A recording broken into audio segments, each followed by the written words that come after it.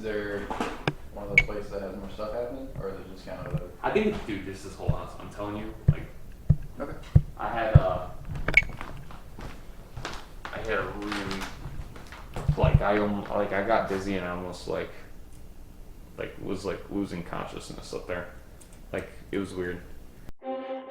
A dream home with rooms considered to be empty. Freak accidents. Thousands of bodies stacked. Are the 22 rooms of the Tinker Swiss Cottage really empty? We'll pull up a chair and join us around the haunting table.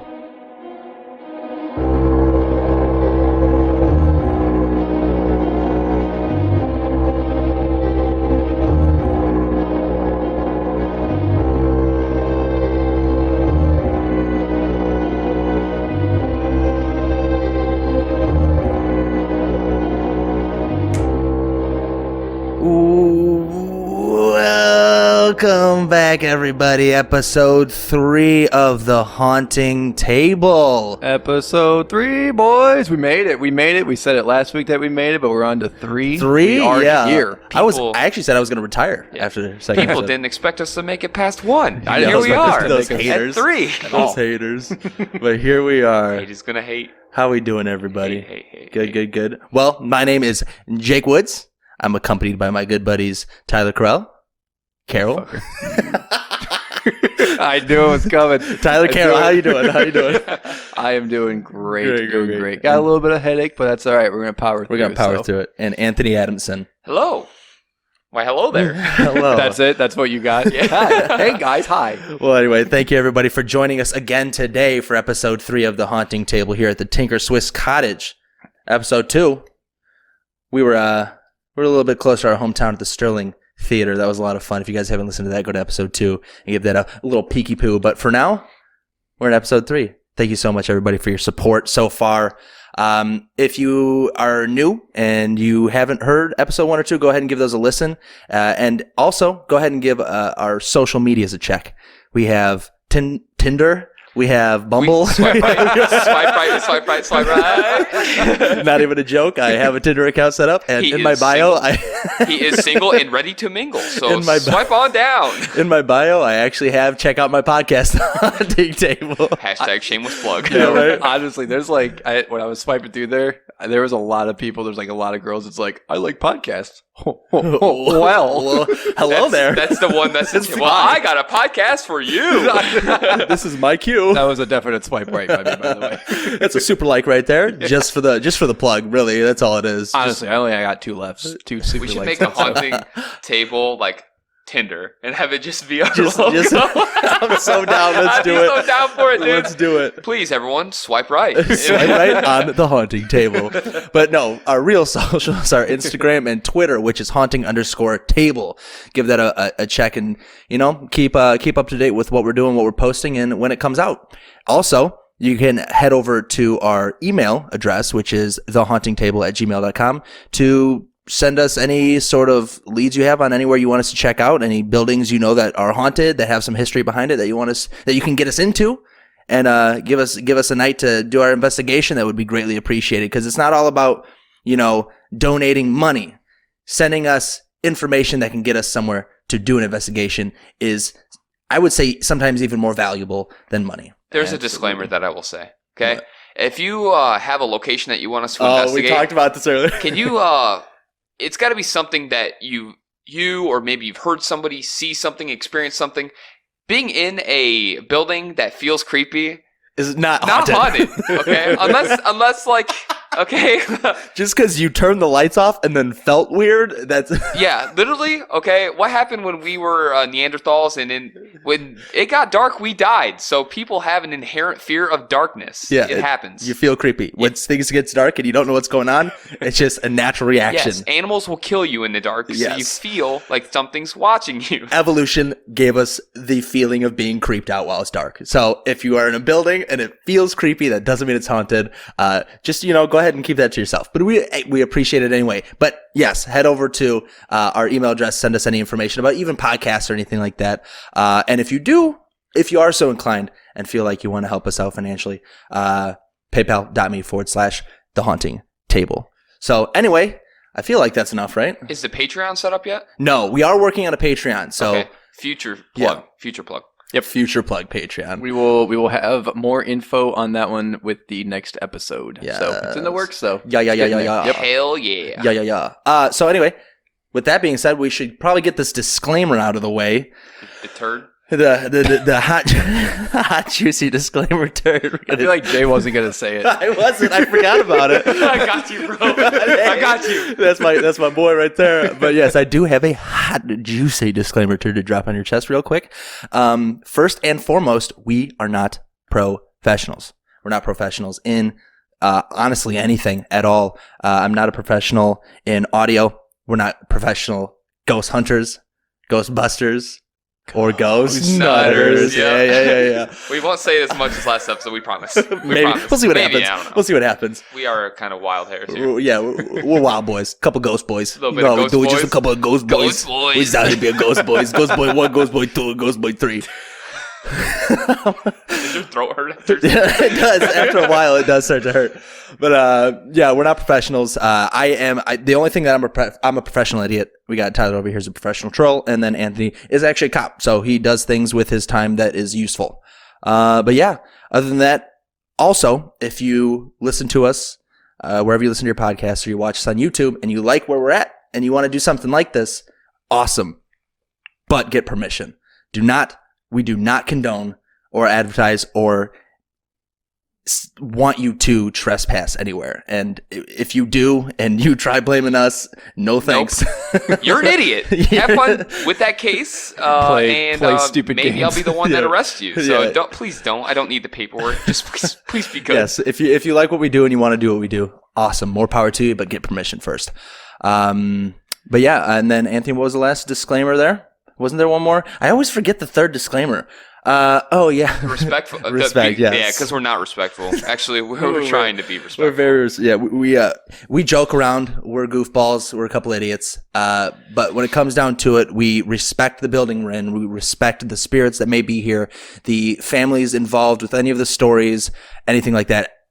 All respect all around the table. We at least try to. We will make jokes. We will try to laugh and have a good time. But when it comes down to the serious, nitty-gritty, morbid stories, we have respect for that. So yeah, Absolutely. Yeah, that was well said. 100%. I appreciate it. It's like you've said it 2 other times, but Only yet you two. forgot I this. still forget. I still forget the third. Anyway, let's go ahead and move on. Tyler, let's get Yes, this sir. episode started with where exactly are we today? Tonight. Where are you, Whatever. Carmen San Diego or whatever? So where we at? where we is. Where we at? So we are in Rockford, Illinois. It is in the northern part of Illinois. If you can't tell where a lot of our stuff takes place here, so northern So fun. Illinois, crazy. We're trying to branch out. We'll see what happens. We're getting there. Hit up that email address. But anyway, Yeah. So from where Anthony and I are, it's about an hour north. Jay, maybe hour and a half-ish away from you. So, but it's pretty close to the Wisconsin border as well. So it's up there. But Rockford, Illinois, is where we're at tonight. yeah. Which it was. Excuse me. Sorry. So it was. Yeah, that was bad. That wasn't a little good. lip smack. A little lip smack. Stop, please. You just turned off like half. Of our, Yeah, right. All right. So listeners. viewer count went down way If they're on episode 3, I think they're okay. we're with all it. right. True. At this point, you've passed the threshold. You're in for good. You're in it. Yep, exactly. So Rockford was first settled in 1834, 1835 by, and I'm going to butcher this name because I'm Of terrible course. with names. Yep, that's just going to be my thing. I gotta get a shirt that says I'm gonna butcher this name. Got to butcher this real bad. So, yep. It's going to be The terrible. first letter, and he's already given up. Ger- Let me see. so, Germanicus? Germanicus. Germanicus? Germanicus. We're going with Germanicus? I'm guessing, yeah, Something? I don't know. Yeah. yeah, Good guess. Right. yeah. Bad. They get better, though, I promise. Okay. So last name was Kent. There was Thatcher Blake and Lewis Lemon, who I guess was a slave that bought his freedom and eventually became a truck driver. Ooh, awesome. Yeah, Good for pretty him. cool. Good for him, man. Yep. So it was those three and Daniel Shaw Haight. the first three that I mentioned were, and I don't remember which sides, but they founded kind of the one side of the river, and then Daniel Shaw was the opposite side. Eventually, they kind of Merged. pretty much, yeah. So They waved at each other, one from other side, and I guess, hey man, hey, bro, you want to connect this shit or what? What's your name? Fuck you. hey guy, Hey guy. hey guy. Anyway, So If anyone hasn't seen that video, it's hilarious. Rockford itself is officially halfway, not like officially, not like exact, but generally it's halfway between Chicago and Galena, which was where they got the first thing that they called Rockford, which was Midway. oh, Get it? yeah. That's real. Genuine. midway. Yeah. Uh-huh. So what do you think they meant by that? I think they meant that they were halfway, midway. It's a synonym, So like English language Mid- and stuff. way. Midway from Chicago Yo. to Galena. It's crazy. Yo, blew my Wow. mind. That Right. name was stupid. I'm glad they switched it to Yeah, Rockford. No, they just So- kept it for the airport. But that's in Chicago. Yeah, it's isn't in it? Chicago, bro. Yeah. I had to think about that. Like, what's the Chicago airport? Or the Rockford Where airport? are we? What's What time is it? What year is it? Who's president? So and when in what I was reading on here, it said it quickly became known as Rockford. Well, Yeah, quick. It's like Quickly. the 30 settlers were like, this is stupid. Yeah, yo. like, We need to change where this. where are we headed? Midway to what? Right. No, that's what it is. So the name came from it was, and I don't know. It said because of an excellent ford across Rock River, and I don't know what a ford is. Is that It's like a field? path that you can cross. Isn't that spelled F? Remember Oregon Trail where the option was to ford the river? I only ever got to the dysentery part. Yeah. That's where all I- you die from shitting your brains out. Yo, it was literally the first time that they said, Yeah. "Hey, go hunt." Oh no, can't do No, it. dysentery's No. out there. No, thank you. So I'm guessing it was a shallow area in the Rock River Probably. where people could actually cross. Yeah. Yep. Post office established 1837. It was incorporated into a village in 1839 and chartered as a city in 52. Actually, so they had the first newspaper in the 40s, and well, that was the first successful, I guess, kind of. Why are Well, you making a face? Like 1940? no, 1840. Okay, sorry. I was like, I dude, was you got saying- a newspaper in the 1940s, Bro, bro? your face quickly became a butthole. You it was so scrunched in, and you were like, "What's my going brain, on?" my brain was trying to comprehend having I just didn't wanna paper keep saying printed 18. in the 1940s, but I was wrong because I'm an idiot. I didn't want but- to keep saying 18. Bro, I I felt like didn't- it was going to get repetitive, so I said in the 40s. I didn't mean to interrupt you, but I'm over here looking like you just Usually- ate a warhead. When people say the 40s, usually the 40s are like the 1940s. Yeah, bro, we're getting back around to the 40s. which Okay, is got it. weird. Yeah, just I mean, if you were like following from when he started in the 18, I think the 40s would have made more sense to you. Just saying, I don't know, maybe pay attention. Maybe pay I don't- attention to the person Oh, that's reading. give me Hey, the dates what's again. up? Give me those dates again. Post office was no. Anyway, Because they were out of order. no, they weren't. They Anyway, were. who cares? Yeah, they go. were. No, they weren't. I said 1837 was a post office. It was incorporated into a village in 1839. City 1852. Yeah. So that's so. Hang on, you didn't let me finish. Jesus first off. Christ. Okay, All right, anyway, anyways, let's yeah, continue. Yeah, my point was proven. No, it wasn't. No, Continue. it wasn't. Shut up. Continue. Anyway, Go ahead, sir. okay. Thank you. Now that I have your express permission, officer. Officer Adamson. Officer, what? Don't they have a nickname for you? They don't. Stop it. They don't. Jesus Christ. This is worse than the second episode. It's not. All right, let's get back on Yeah. track. All right. So around the 1850s, when it was like just before it was as a city, that was when the railway reached. So that had a little bit of help in actually making it a city, obviously. So a few other, I guess, kind of main dates, few things that happened. So there was the Rockford College, originally the Rockford Female Seminary, that was in 18. Why did they name it like that? So weird. Dude, Female. schools were so weird named back then. Yeah. Like even the boys' schools were named weird. It wasn't just like the women's seminary. It was like Yeah. it was just weird. It's like seminary. That's the child part of my brain, but it's like, come on. It was a seminary for like almost 50-ish years, like 40, 50 years. And then it got changed to Rockford College, 1892. And then it's was apparently like fully co-educational, so boys and girls, I'm guessing. About, let's see, about another 50 years later, Wow. I guess so. Increments of 50. Yeah, apparently. If anyone out there is a avid reader, Jane Addams actually went to that college. Oh, really? So I actually It's know neat. that name. good. Nice. She's a little famous, yeah. I do books. So, an interesting thing that happened in 1853, kind of jumping around a little bit here, so that's my fault. But inventor John Henry Manny moved to Rockford to produce a horse-drawn mechanical reaper, Yeah. is what they're called. So that would be like I don't know how they used to had it like pull them before, but that was what like kind of like tilled up like the land and all that stuff, Yeah. I believe. So made that for farmers, obviously. Yeah, the Manny Reaper Company. That's actually what the main story is about today. Oh, Pretty yeah? much, yeah. Oh, Cool. Yeah, so That's pretty what we're trying to do with this podcast here is we're having our sections separate so Yep. that when we would talk about it, we react to the information along with the audience. So that's pretty cool. Exactly. Yeah. All right, So continue. I guess after he did that, after he made these new reapers, there was someone Cyrus McCormick. He took Manny actually to court and didn't win that. No. Nope. What do you take him to court for? It never Probably a specified. patent issue. I'm Yeah, assuming it's I a would patent guess he thing. probably still. It's got to be a still ID. patent issue. Yeah, Yeah. yeah.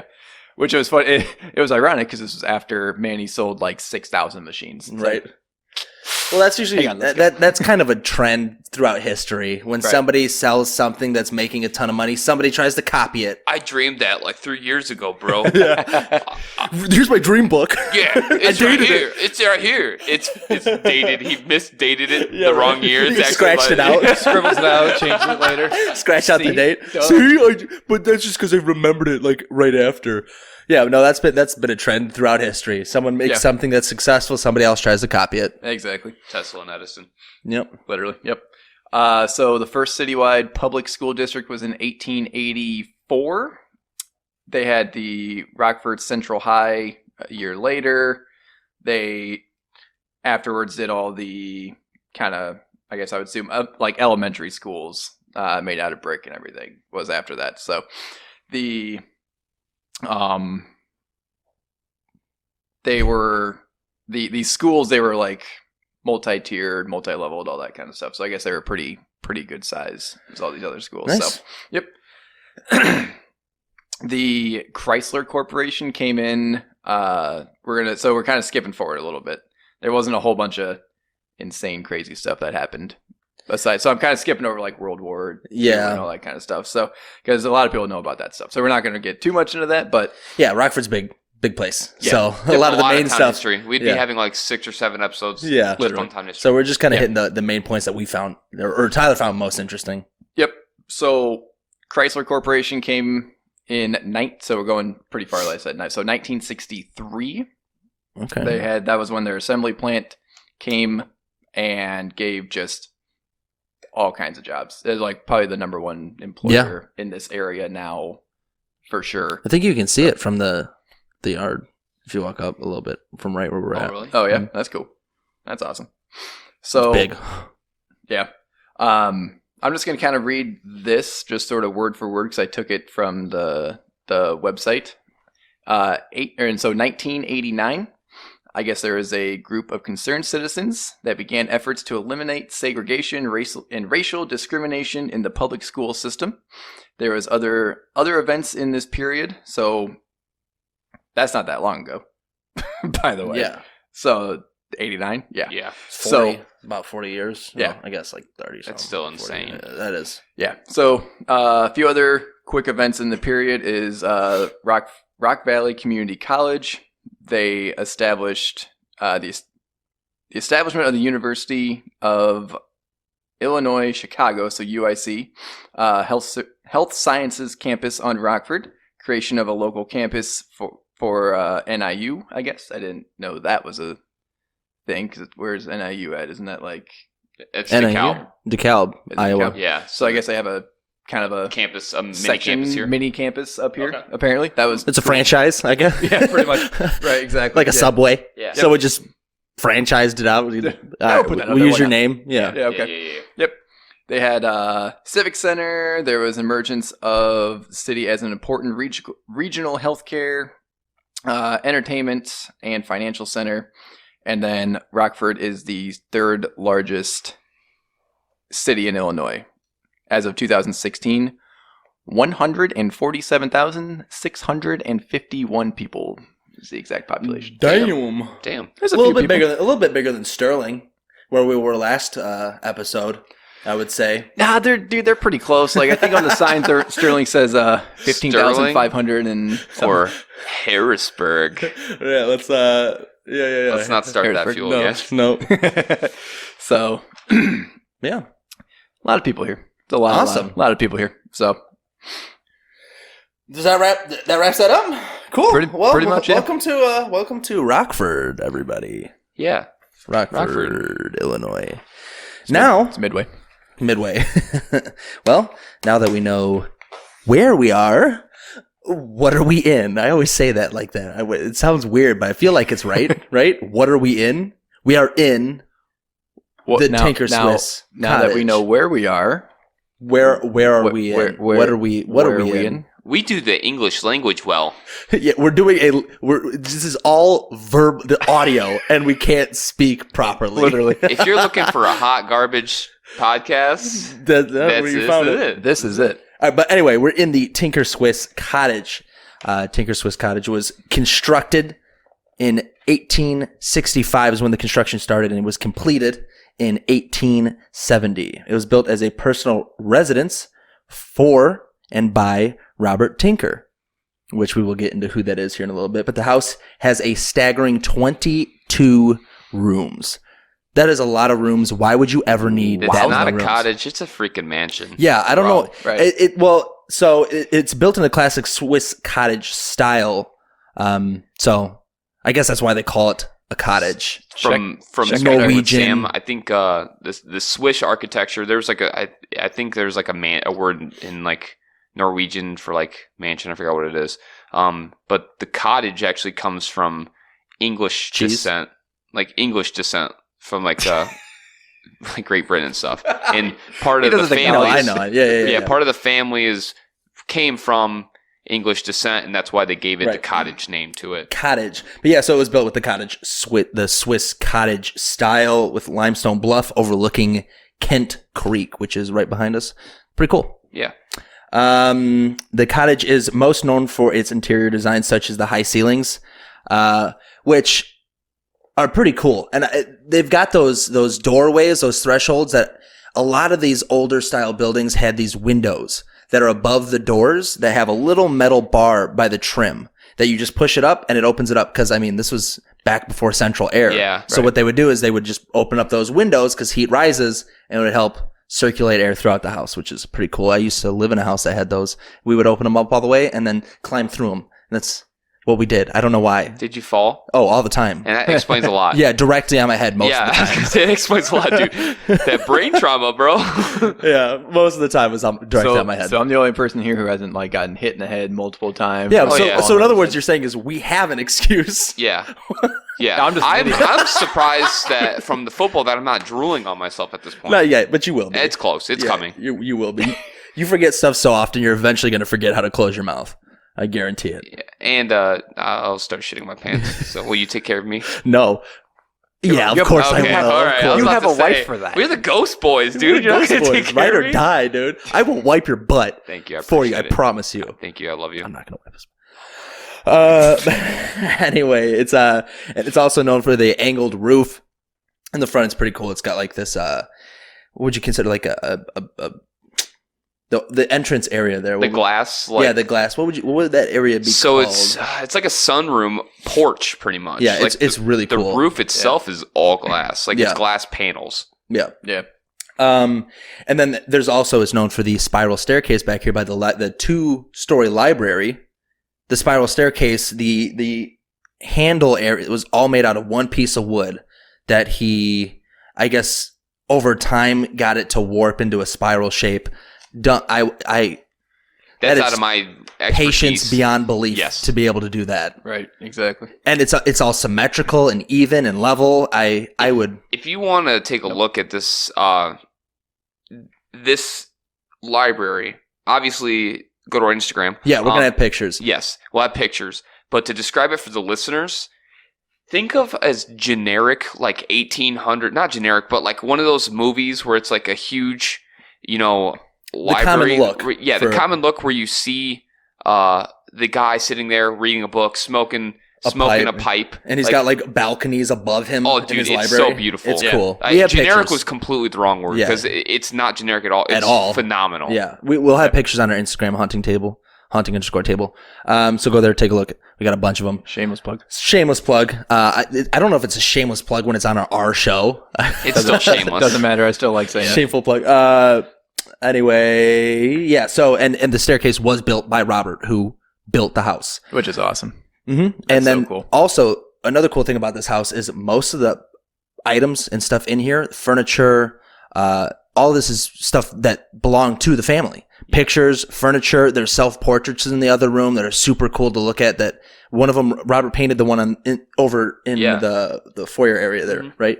Yeah, one painted by him. What could this guy not do? Yeah. Well, the door, if you can kind of see, so there's a door directly behind us that separates the parlor from the library. Yeah. And it's like a massive door that just slides into the wall and then it slides out. And on the library side, he actually like burned images, almost like you would think that he painted like just black silhouettes, but he actually burnt them into the wood.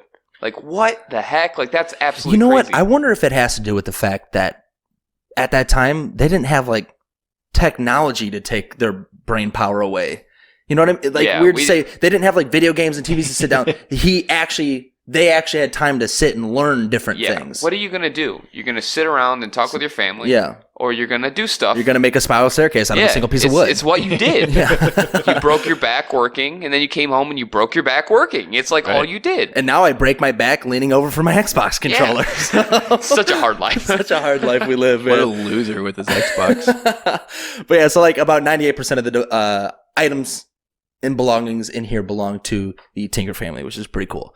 But yeah, so around 1943, it was given to the Rockford Park District, donated as a museum. So now everything in here is beautifully preserved and belonged to them, which is pretty crazy to think that this stuff has been around for close to 100 years, right? Yeah, literally the last Tinker passed away in 42. Yeah. And then they left everything in the house. Yeah. And then literally 1 year later, they just turned it into a museum because that was what they wanted. Right. And I mean, respect for them for turning it into a museum, because they could have easily taken everything out of here, gutted it, and sold all the stuff for probably a pretty penny. Oh, I agree. So the family was, honestly, from the research, dude, phenomenal. Yeah. It's a good face. As far as the research goes, we don't know, but yeah.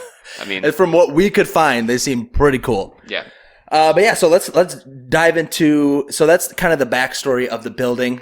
For the most part, a lot of the stuff we're going to dive into with the building is also in the story of the Tinker family, which we're going to get into. And Anthony's going to help me back and forth here. We're going to jump in between this. But so let's start off with Robert. So Robert Hall Tinker was born on December 31st, 1836 in the Sandwich Islands in Honolulu, Hawaii. Is it actually pronounced Hawaii or Hawaii? I don't know. I have no idea. The last 29 years of my life say Hawaii. I know, but it's like I hear people say that's not how it's pronounced. It's like Hawaii or like something weird. It's probably not pronounced either of those ways. We're yeah, we suck. Yeah. We're sheltered. We're sorry. we're out here having fun. All right, Yeah. guys. Don't we're, judge us. We're learning. So even if you don't like the podcast in the end, we learned. So Yeah. but please like it. Yeah, please. Please like the podcast. Like, God, for God's sakes, please like the podcast. So what happened? What was your guys' downfall? Well, Jay said you don't have to like the podcast for us. There was everyone literally stopped It following was 100 everything, and we crumbled, and then our friendship dissolved, and it was it. I'm just kidding. and then on our friendship will last tombstone says, "Once was a ghost boy." Once ghost nutted. So parents. He was born in the Sandwich Islands in Honolulu, Hawaii. His parents were missionaries. Reverend Reuben Tinker. He was born in 1799 and died in 1854. He was 55 years old. And his mother was Mary. Now this name gets me. I don't know why. Mary Throop Wood Tinker. That was her name. Wood and Tinker in your name. I mean, Wood what are the Tinker. chances? Yeah. Wood Tinker. Throop. Throop. It's pretty fitting Yeah. for that Throop, sweet throop. spiral staircase. I know, right? Yeah. He tinkered his Maybe- way to that staircase for sure. But anyway, so she was born in 1809, and then died in 1895, 86 years old. So that was 40 some years, 50 years that she lived without, I think it was like 41 years that she lived without her husband. That's kind of crazy. Yeah. I mean, that's a long time to live without Yep. your significant Yeah, other. yeah. 100%. I mean, that's some, that Way to right keep there, I on can say. keeping on. Way to keep on keeping on. Yeah, I can say right now that that's something that men do not have is the mental capacity to be able to survive a life that long without a significant other.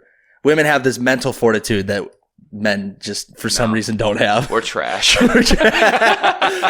I don't get it, but it's pretty amazing. But yeah, at the age of 15, actually, I kind of jumped my notes here. The family left Hawaii in 1840 and sailed to Madison, Ohio, when Robert was 4. And then when he turned 14, they eventually moved and settled to Westfield, New York in 1849. He was 13, 14. At the age of 15, Robert left school and began working as a bank clerk at 15. Dude was a stud.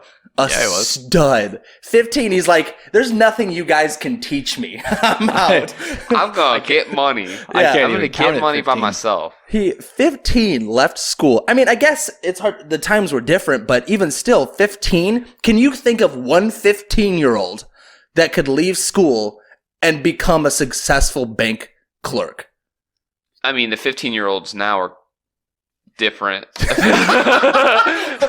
Good save. We'll just leave it at that.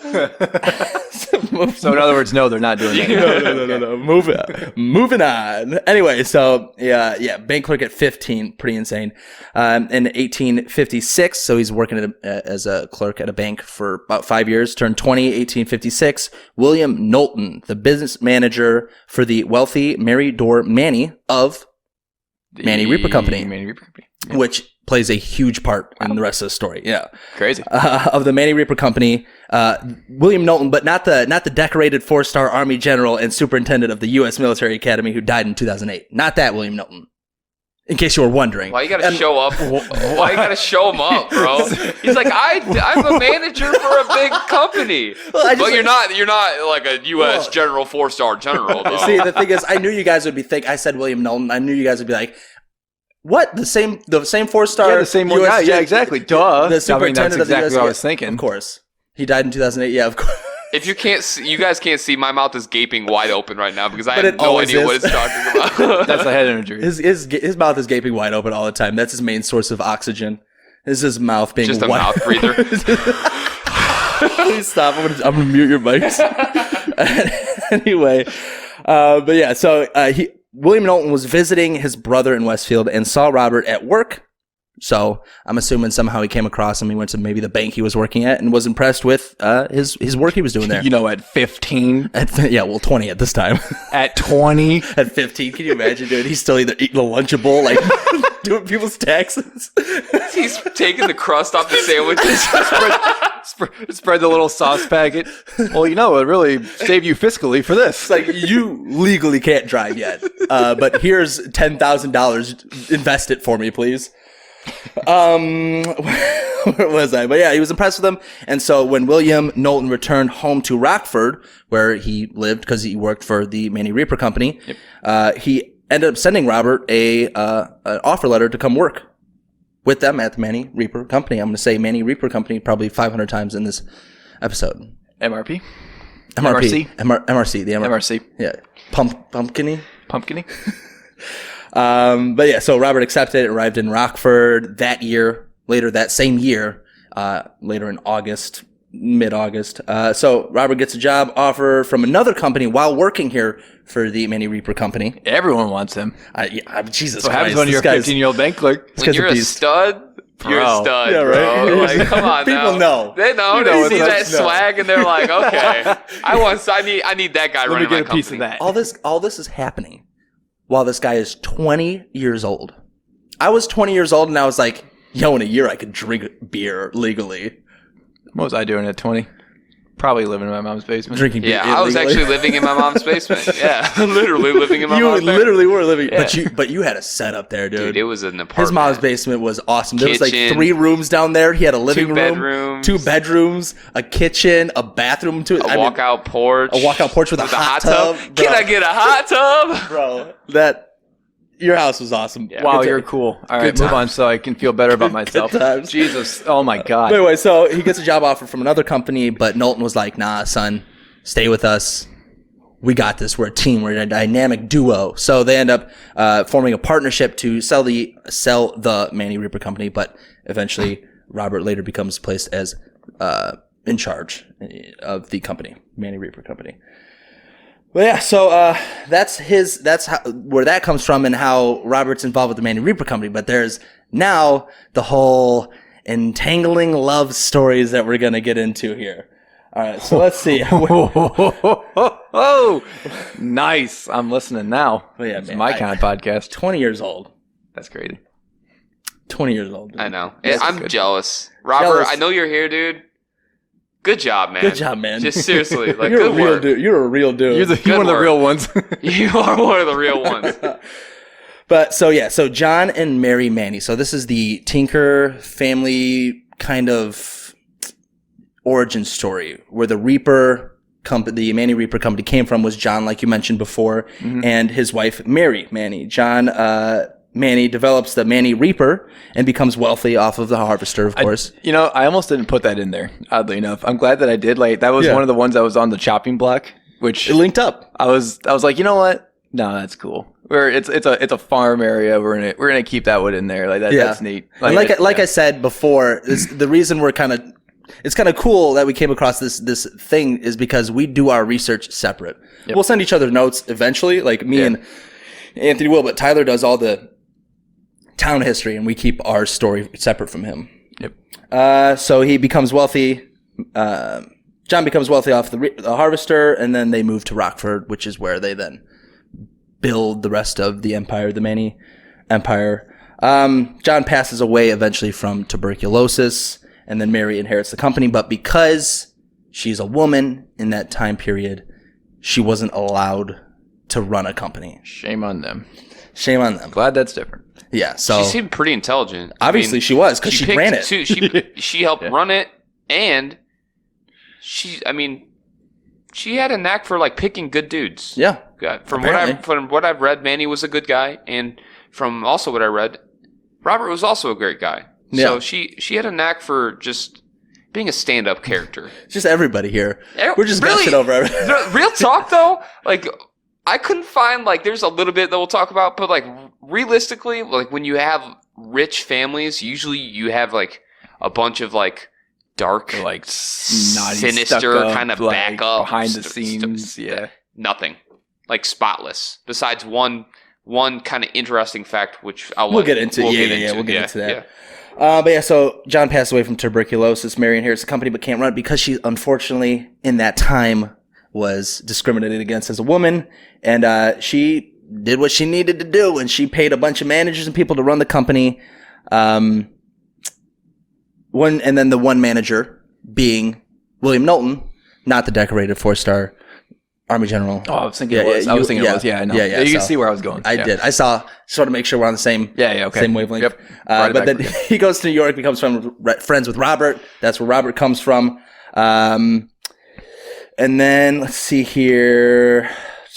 Checking through these notes. These notes are all over. Notes, we're talking notes. Don't want This any was- dead air. This was kind of like a spur of the moment thing for us. So these notes are kind of all over the place. So we got extremely. You know what? While do you need a little bit of time? Yeah, go for it. Okay. While we're talking, I'll put the plug in for the Tinker Swiss Cottage because they helped us out immensely.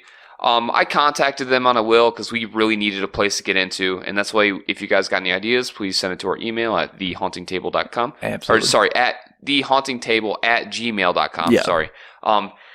So she did us a favor. She actually charges people to come in here and investigate the mansion, the cottage. Yeah. She let us come in for free. She helped give us the history of the story. I'm talking about Samantha, the one and only, the one that signed the table. Yeah, the one that's got her signature on the table. Yeah, she's kind of a big deal, right? So she's pretty much in charge of this whole place. I talked to her. How can we help her? I mean, she helped us do a huge thing. She saved us a bunch of money. How can we help her? And how can our listeners help her? And that's where I'm going to put this plug in here. Call to action. Yep. Go to www.tinkercottage.com. Okay? It's their website here. They have general history tours. If you're a history buff like us, because I love me some history, they do them Tuesday through Sunday, 1 p.m. and 3 p.m. They have murder and mystery nights. They have paranormal investigations, paranormal tours, holiday parties. They do everything here. And it is absolutely beautiful. Nice. So please pay attention to the calendar on their website. Come out here, show them some support. And, show them what the haunting table, we need Haunted table listeners are about. we need to find like a listener, like a what name? they would be called. Like a name? Yeah. Yeah. So if you guys have any, I got one, but we're not going to say it. Keep going. yeah. If you guys have any ideas for that, send it to us or our social Ghost media. Nutters. Please don't put the ghost nutters.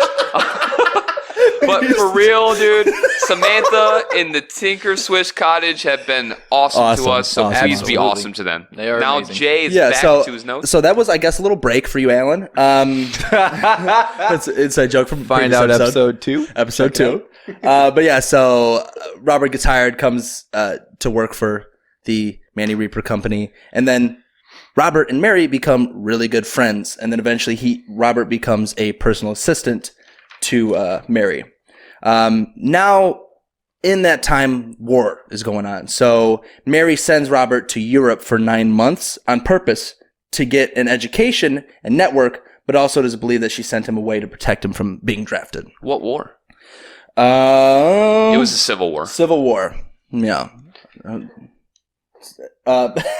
So Sorry, you were struggling. I was like, I didn't know if you had that written down or not. So it was a civil war. these are the notes you gave me that are literally all over the place. They are, but you had time to look at But it. you had a date that was above another date. You know what? In all fairness, I'm glad I'm not the only one who had. I looked at that. I'm like, what did I delete out of there that messed that up? I must have had something in between. All right, we're going with it. We are not professionals, This is like the- in yeah, this is the not the professional. disclaimer. But yeah, the Civil War, which was obviously the deadliest war in American history with the most casualties.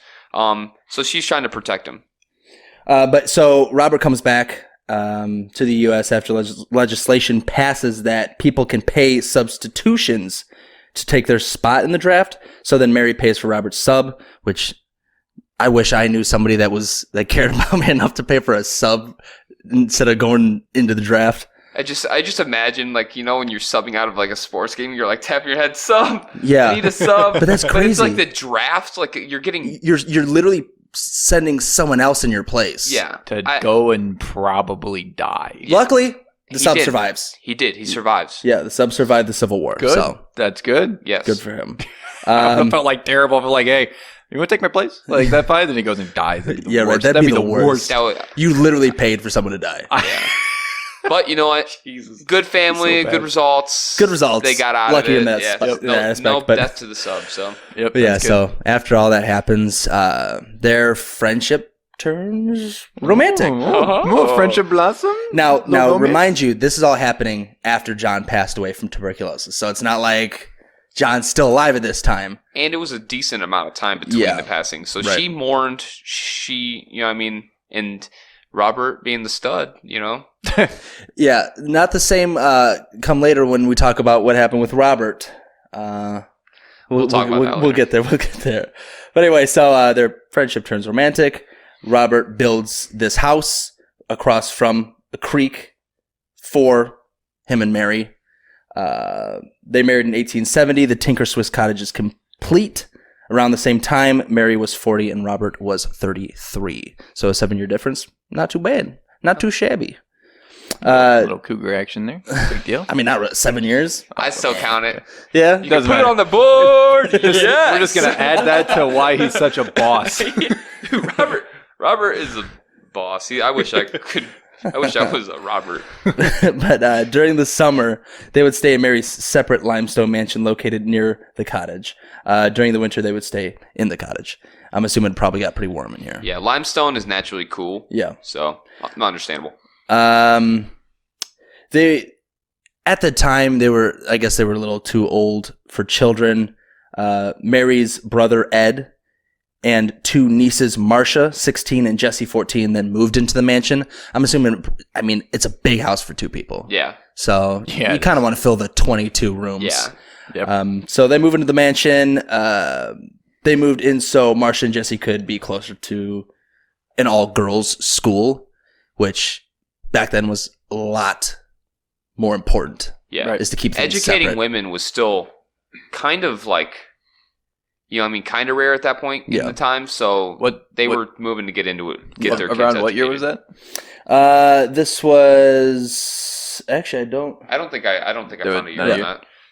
I mean, It was like after they were married. Yeah. So yeah, So after this, 1870. So because probably if it's all women, I don't know if that was what that's the seminary. seminary start off with was all women. I think it was. I think that might have been the school that they went to. Yeah. oh, look at that. Yeah. Hey, Full all in circle. seminary, full Yep. circle. But yeah, so other than Marcia, Mary's other sister Hannah also moved into the mansion. So nobody left for the next 30 years. That's a lot of women. That is a big family for 30 years. That's a lot of women. I mean, I bet they were all great people. They sound like. They all Great seem people. like great people. I mean, I would But say the that's same a- thing. It was all a lot of men too. I know. If you have too much of one sex in the house, it Yeah. turns into like this Something weird. weird. Yeah, like, yeah. Everybody's against you type thing. Yeah. you think like if it was one chick and like 7 dudes. Oh, dude. Never mind. Nope. Not saying it. We're gonna nope. Just I keep think going. I've seen that one. I was kidding. Right. So nothing really spectacular or noteworthy happened within those 30 years, except some deaths started happening. So 1900, Hannah, Mary's sister, passes away from breast cancer. 1901, 1 year later, Mary passes away from influenza. 1904, Marcia, Mary's other sister, passes away from breast cancer as well, which sounds like it might just have been A genetic hereditary- issue, a yeah. hereditary in the thing, family. Yeah. which is unfortunate. Yeah, but it's sad. that's, to be honest though, that's kind of crazy. That close. All of them, all they pass away that close together. Yeah. Only 2 people left are Jessie and Robert. That's a somber time. Yeah. They were not blood relatives, so this is where it gets kind of weird. I guess in the time, maybe not so weird, but now definitely would be a little weird. But Jessie and Robert, Jessie being a female, I know it's a kind of like a unisex name. So, Yeah. but Jessie and Robert, they weren't blood relatives. So due to it being a scandal living with a woman at the time that you're not married to, they decided it would be more convenient to just get married. So they get married. So they, it's either kick her out or get married. And he just doesn't sound like the kind of guy that would kick her out. Yeah. So it was called a marriage of convenience. marriage of convenience. Yeah. So there's an actual title for that. So that makes me feel like that went on a little bit more often than I'm you would assuming. think about. Yeah. Yeah. I mean, if it's, I guess, considered then taboo to live one Yeah. man and a woman that aren't married. Yeah, Kinda- so I'm glad especially that's with no longer a with the thing. death rates of like Yeah. just people in general. I'm glad that's no So I just longer a need thing to, for sure. So I just need to find a woman that lives with me long enough, and then we can just Yeah. be married by. Yeah, That's exactly what you need. Huh. Yeah. You need to get friend zoned and live with her for so long that it just becomes a marriage of convenience. A marriage, exactly. So I wonder if it was like anything feelings wise, because they got married in 1904, which is the same year Mary passes away. So I would say probably not. Yeah. I'm not. It's pretty close, and I wonder. I wonder how the living situation was. No, I mean maybe that there's 22 rooms, sleep wherever, but just the idea of what people thought on the outside. Yeah. You know, oh, he just lost his wife and he's already marrying someone else. Yeah. But I don't know. we like to imagine that it was, you know, out of good faith. Right. Good faith. So we'll say they're married in 1904. Jesse was 40 years old. Robert was 60 years old. When Robert was in Chicago for business, Jesse went to Bloomington and adopted Theodore Tinker, 10 months old, and she adopted him from an orphanage, which, I mean, makes sense. You gotta fill the house. A big house like this can feel real empty, especially when there's been so much death. And for how many women that have been here, like the amount of like actual children in this place has not been much at all. I mean, like you have like Jesse and was it Jesse and Hannah, correct? Yeah. Jesse and Hannah moving in, which they were younger, like teens and stuff. Marsha. Sorry, correct. Yeah. Marsha. The actual babies and children in this house was very few and far between, and you know that kind of stinks because a lot of the women were, you know, when they found their love of their life and they got married, they were too old to have children. Yeah. And I can't imagine the psychological impact that has of wanting to be a mom and just not being able to do it. I misspoke. Jessie was Mary's niece, not sister. Yeah. I don't know why I said sister, but niece. So so Robert married Jessie, who was not blood relative, niece. But yeah, so they adopt Theodore, and then Robert unfortunately passes away on December 31st, 1924, his birthday. What a like a poetic justice. To die on your birthday. Mm-hmm. Like the day you came into the world is the same day that you leave the world. But yeah, so Jessie lives in the home until her passing in 1942, which is then just left to Theodore, who then donates it to the Rockford Park District as a museum. Yeah. It sounds like it was Robert's and Jesse's last like will kind of like donate this and turn it into a museum, because they did a ton of stuff for the community here in Rockford. I know that I don't want to step on your toes. I know you have a lot of notes jotted down for that. He kind of helped sculpt like the public library. He helped with the Sinisippi Gardens. The way Samantha, because I interviewed her, the way that she explained it is he was like the Shark Tank of Rockford. If you guys know what that show is, people come in, pitch an idea, and if they like it, they'll partner with you. If you came into Rockford and you had a big idea that needed kind of like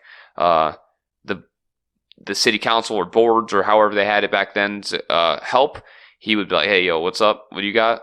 Oh, that sounds like what you got? That sounds like a good idea. I'll help you out a little bit. I'll be a partner." So he was like, he had his own railroad, which was not the railroad that's directly by the house. It was different. He had his own like bunch of different businesses and endeavors that he partnered with. So that was probably a pretty big thing to have you go and pitch an idea and be like, "Oh yeah, so like he's Robert Tinker's like on board. Robert Tinker's on board, like cool." And they're like, "All right, you mean Bob Tinker? You mean Bob Tinker? You mean the Bob Tinker is backing your idea?" I like that boy. You mean the Bob Tinker is back there backing your idea? Oh man, that's a big deal though. It is. Yeah, that dude was like a legend. Could you imagine your name holds so much weight that somebody could be saying, "Bob Tinker's in." All right, yeah, I stamp that. All right, yeah, I'm in. So that's kind of the history of what happened. There's quite a bit more. I mean, we have some miscellaneous facts that we can throw out here. I'm going to drop some misc facts. Yeah, let's go. So first cemetery in Rockford was on site here, right? Mm-hmm. But Robert sold part of his property so a train would be able to go into Rockford to boost the economy. The unfortunate part that this train track had to go through the cemetery. So some of the bodies were dug up moved to another. Well, all the bodies were dug up, moved to a different cemetery. 7 bodies actually were never found, and it is believed that the 7 bodies still remain under the railroad tracks. So remember we were talking about with messing with remains Yeah. and stuff. Never Just a don't. good idea. Just don't. Just don't. Just don't. It's just Literally. I understand that you know what. He did a solid for the Rockford because I guarantee you that railroad jacked Rockford's status economically and just in general up. So like, Well, yeah. all in good faith, but man, Don't. that's always a bad. That's a bad idea. Especially like losing bodies. Yeah. That's unfortunate because then the family's like, what Where the hell? is he? Like, what happened to Where's Joe? Where's Like, Joe? yeah. Where's Uncle Joe at? Where's Uncle Joe? Well, I guess if you got a tombstone, you can't really see under the ground. Yeah. but I don't know. Either way, they're going back to the earth. Yep. Either way. In 1900, why did I say it like that? I wasn't going to say anything about it, but In 1900, Robert was crossing the train tracks. So right behind the cottage here, across the creek, there is the train that he had put in that went through the cemetery. He was crossing the train track, or he was out there He was crossing crossing, doing something. This was as he was crossing, he tripped, and his left foot was run over by a railway car. Yeah. Runaway trapped. railway car. Runaway railway car. Runaway railway car. Whoa, whoa, whoa, whoa. say that 10 times fast. Runaway railway car. That's crazy. But so not only did his foot get caught by the railway car, Marcia witnessed the accident, and Robert was dragged 30 feet by the railway car by his foot. Marcia thought she had witnessed his death. I From would all too. accounts, she's like, Being drugged by a railway car by your foot. I mean, it's such a bad. Dude. Only Robert only Robert was. he would survive that. I bet the whole time it was happening, he was like, "Oh man, I wonder if the wood for that stairway is done, like done flexing." Dude, he is like the Chuck Norris of his time. Literally. Right? But yeah, so she definitely thought she witnessed a death there. But then he was transported to a hospital, given a few shots of whiskey, and they cut off his foot. What a man. What a time, right? Yeah. They were probably like, we have painkillers. He was like, no, is that J-Mo? Give me that. Yeah. He's like, give me that shit. Boom. Take a couple hours, like, chop it off. Just take it. God, I can't imagine having your leg amputated like that. Honestly, it sounds bad, but if it probably happens quicker than you think. Because if they just chop it off, it's probably a lot quicker than you think. I would guess they saw it off, kind of like this. Please stop. If I'm being honest, like that's what they I saw used that to movie. do is just saw it off. I mean, why would if it was me? I'd be like, get an axe. Please get the strongest guy in the room and just do one swing. It's probably just because they want to be precise. Yeah, it's the with an axe, you can mess you can up. miss. Yeah. Everyone got a guillotine? We're just gonna yeah, right. Yeah, put in a guillotine. Okay, let's change the subject. Bye. to that. Oh yeah, guillotines Oh, where you no. cross the No, line, but I'm talking sawing. about. I'm literally witnessing a leg getting chopped off in my brain. I don't like it. I don't Okay, like that. all right. For your sake, we'll Thank you. we'll move on, little guy. Thank you. I appreciate it. It's past my bedtime, anyways. But anyway, I'm saying I'm about too late. but anyway, moving on to a couple other misc facts here about our boy Robert. He was partnered with an oatmeal, steel, and sugar company. Robert also had his own railroad. Not the railroad that we were just talking about, a whole nother railroad. This guy was just in literally everything except corn. Was that one company? There's a oatmeal, sugar, and steel. Was that what you said? Was that just one company, or are those all different separate companies? Separate companies. An oatmeal I'm like- company, a steel company, a sugar company. That's quite the Dude company. ran Rockford pretty much. Yeah. Like, Well, he did. yeah. Because he did. was a mayor. Yeah. Yeah. What do you remember the years that he was the mayor for? No. 1989. Nice. Close. It's Yeah. all right. Well, on that one, do your research. Shout out to episode 1. Shout out to episode 1. But anyway, so a couple more. Let's see here. I can do the Spanish flu one. Yeah. Okay. Go for it. Okay. So there was a train depot that was next to the gardens. During World War I, we were hit with the Spanish flu pandemic. Obviously, a lot of people know about that. I'm going to give you some facts about the Spanish flu itself. Do you by chance have that quote for that little journal script in that notes? Yes, I do. I'll let you read that after I'll cue you. For the soldier? the soldier at Yeah, Camp yeah. Grant. Okay. Yeah. So, Here is some of the facts of the Spanish flu. Happened in around 1918. The way the United States found out about it is it hit the military units first.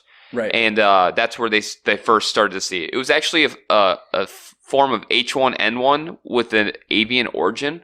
Over 500 million people, 1/3 of the world's population caught the Spanish flu. And then on top of that, one of 18 people died. So it killed between 3 and 6% of the world population.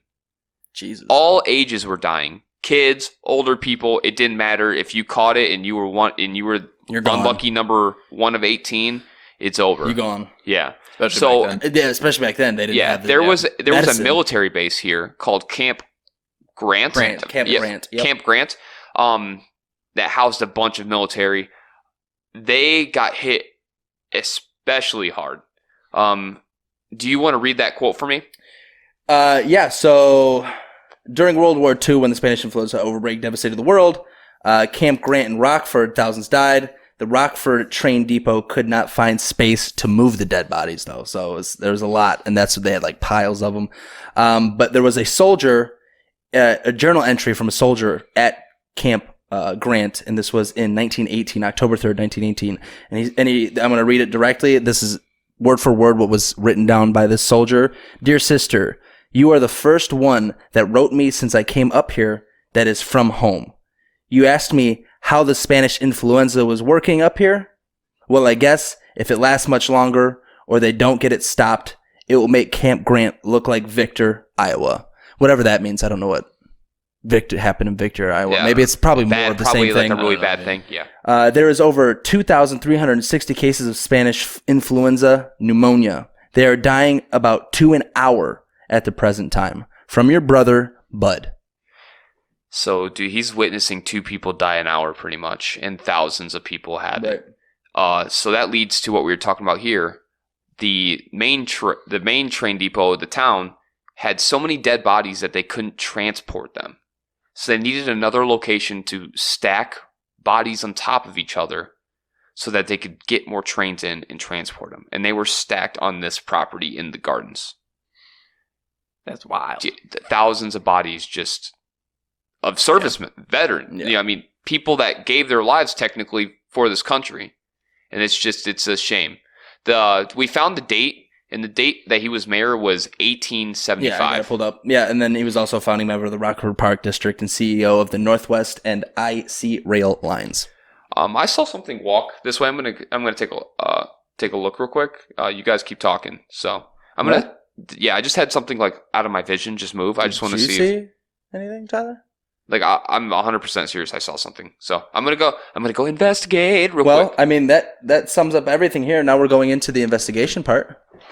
Okay, bye, Anthony. Well, as Anthony leaves, so there was a couple of things happened in this house. There's a list of deaths. So I guess I can read off a list of the deaths here. Did you find anything? Did you go from here to here? It was something. Well, maybe we'll catch it on camera. I don't know, but yeah. Sweet. All right. So, Well, yeah. So there was. Is that it for the influenza? Yeah, that's it for the influenza. So, All right. yeah, just before people are just kind of like, what the hell's going on? I had something walk from the corner here. So out of my corner of my eye, and it just kind of moved, and it from what it sounds like, it wasn't anything. So, Yeah, freaked him out a little bit. yeah, it got me a little. But that's why we do this. Yeah. That's why we're here. That's why I like the idea of recording the podcast where we do our investigations. Because who knows? While we're recording here, What if that was something? That'd be awesome. right? We'll see. We'll 'cause We'll find out. We're recording it. Yeah. Heck yeah! And then it's just that time the camera cuts off and cuts back on. Yeah. So, yeah, of course. But now let's get into the paranormal, supernatural portion of the podcast here. Why are we in this building? Well, I have a couple lists of deaths that happened in the building. If you want to read those off, and then I'll pass over to my good buddy, my ghost boy, Anthony. Ghost boys. But yeah, so like we said before, 1900, even 1900 aught, or however you say aught. Is that what it is? Aught, whatever. What? Hannah passed away from breast cancer, of course, and then Mary passes away in 1901. 1904, Marcia passes away. Mary passed away in the home. Mary's brother Ed passed away in the home. Robert passed away in the home. Marcia passed away. Jesse passed away in the home. There was about 7 or 8 funerals held in the parlor room here in the house, possibly like extended family, and of course, probably them too. Yeah. There was a coachman for the Tinker family that was killed by a power line, but not on the property, but worked for the family for 14 years. So some say he might even be here. But yeah, so that's some of the deaths that happened here. Yeah, so there's been a lot of death on the property. Not necessarily like tragic. I mean, they were tragic because some of them died when they were like 40 years old and stuff like that. So that's technically tragic. But I mean, like, just vicious, violent deaths. The closest thing being the Robert being ran over by the runaway trail car as being. But there's been a lot of death here with the thousands of bodies stacked up in the gardens. The multiple deaths that Jake just read off that were happened in the house, the funerals itself with that the dead being in this parlor room. We sit right here as we speak. Yeah. So it's just a lot, and we're recording. So if you're watching on YouTube, this is where a lot of those funerals happened. So, anyways, before we get into the investigation, remember I interviewed some people. I actually interviewed 2 people, so we're going to get into that real quick. And then we'll jump right into the investigation. Yeah, I'm going to need the aux. Right, pass the aux, bro. Yo, play some bangers, dude. If you're taking this, I'm about to play some ghost bangers here in a second. Speaking of ghost bangers, there are a couple of spirits that are believed to be in the building. Of course, the Tinker family. 4 unknown children are said to have been seen in the building. A farmhand named Russ, right? He's been seen here. And then 2 maids, Josie and Annie. So in the parking lot, there used to be a home for an orphanage for kids. And then it was also a home for terminally ill children, or like children that were rehabilitated because they had serious injuries. They would go to Chicago, have surgeries, come back, and then I'm talking like life-threatening surgeries.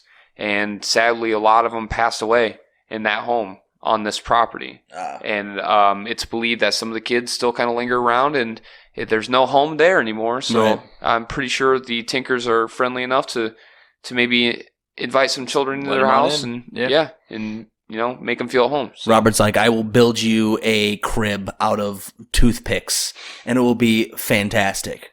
All right, so let's get into this.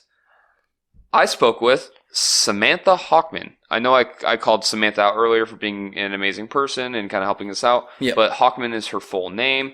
I asked her, let's get to the recording. Do it live. We're doing it live, so this is going to be a little bit more sloppy today because this has been kind of a time crunch for us to get into. Yeah, I was not only that.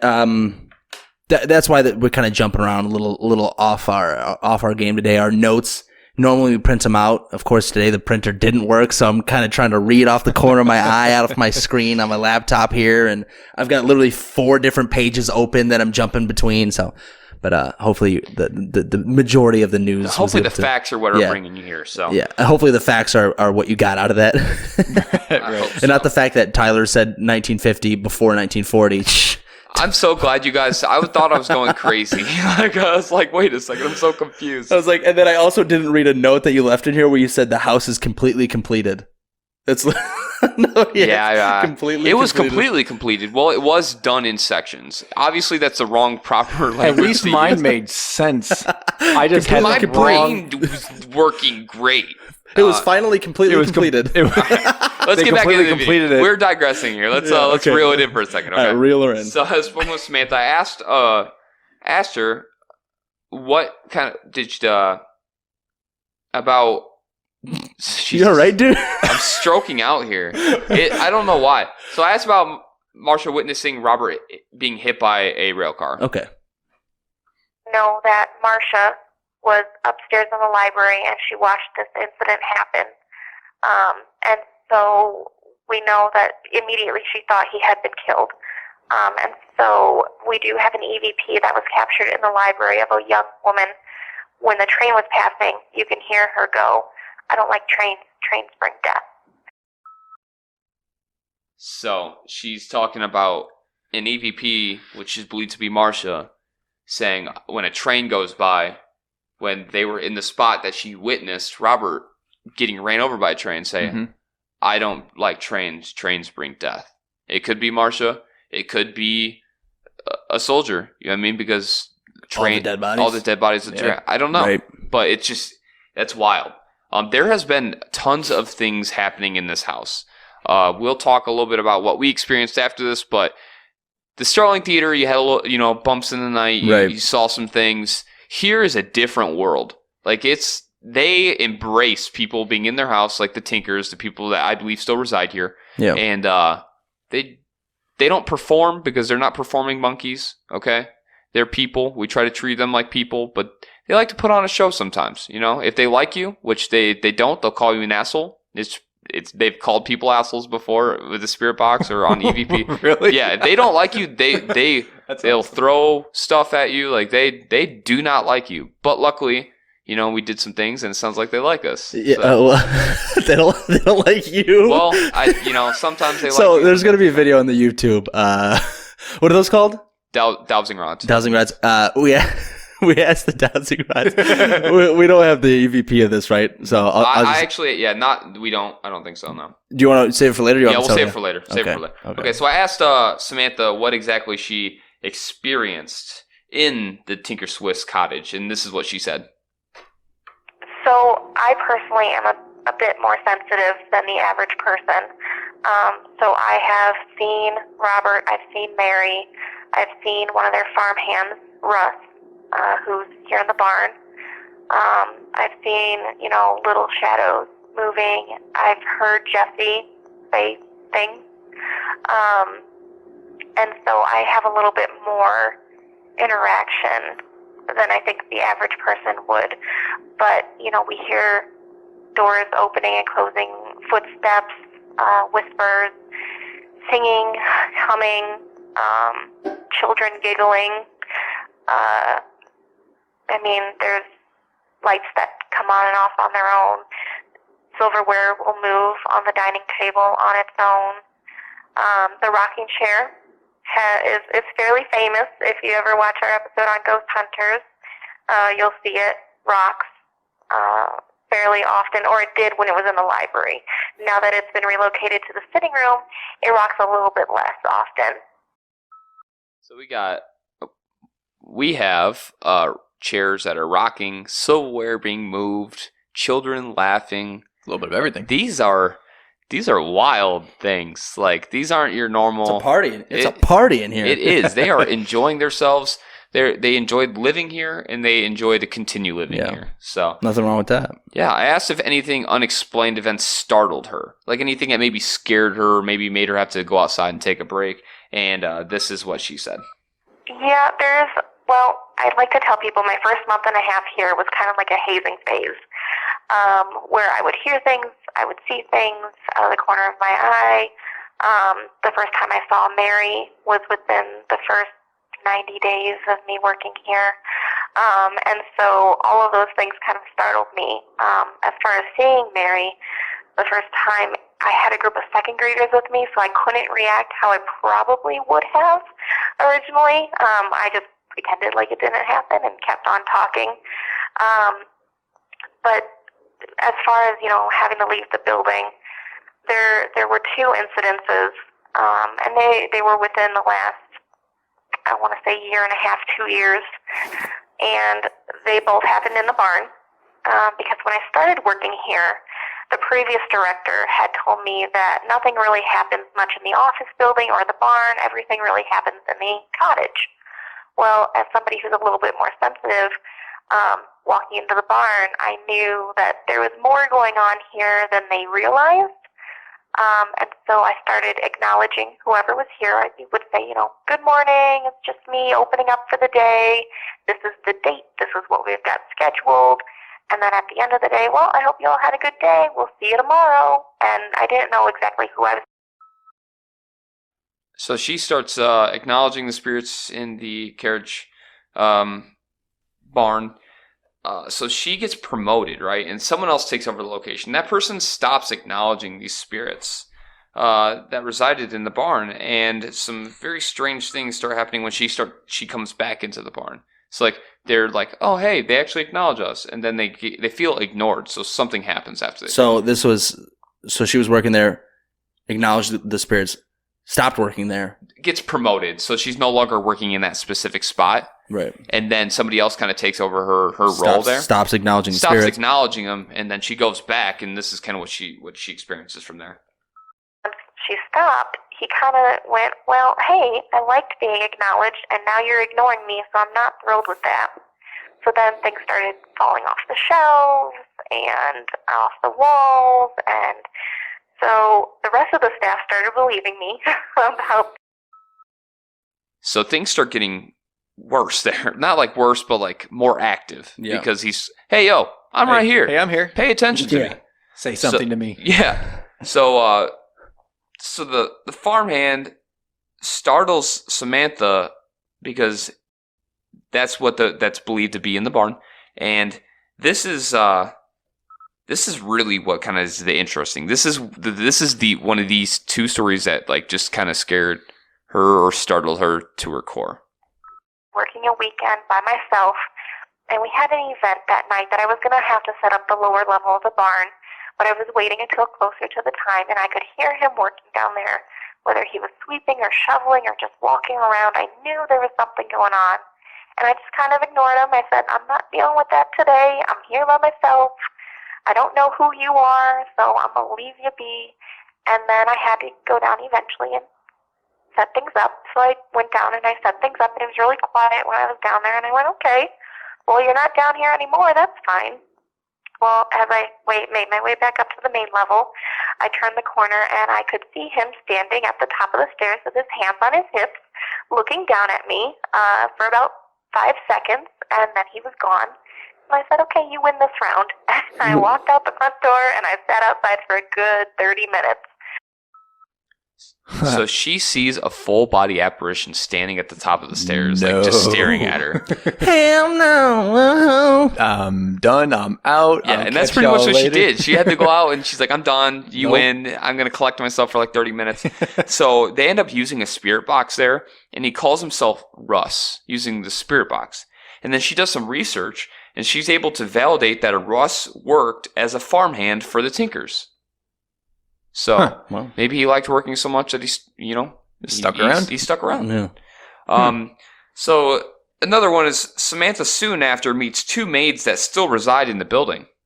Let's just jump right into it. I think that's good enough. Like that, it gets wild. Here you go. QQQ. So I went downstairs, and the women's bathroom, opened the door, lights are off, nobody's in there, it looks fine. And I opened the men's room, lights are off, nobody's in there, but all of a sudden 2 ladies started yelling at me.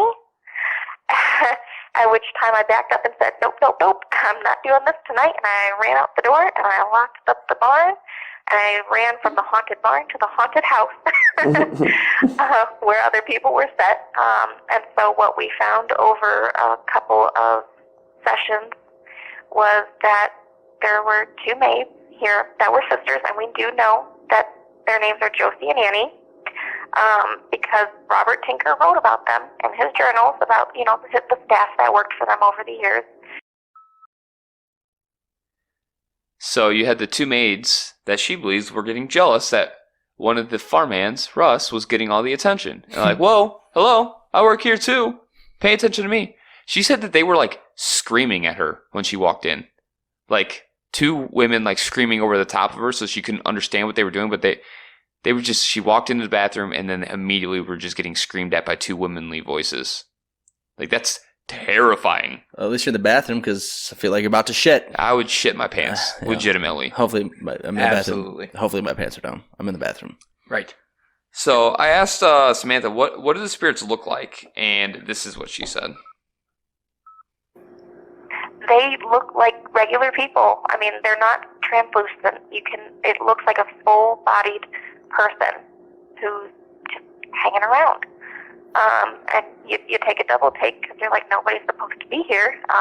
But there they are. Are you able to see them enough to be able to identify them by their pictures from like past pictures? I am, yes, absolutely. And we've had other people as well.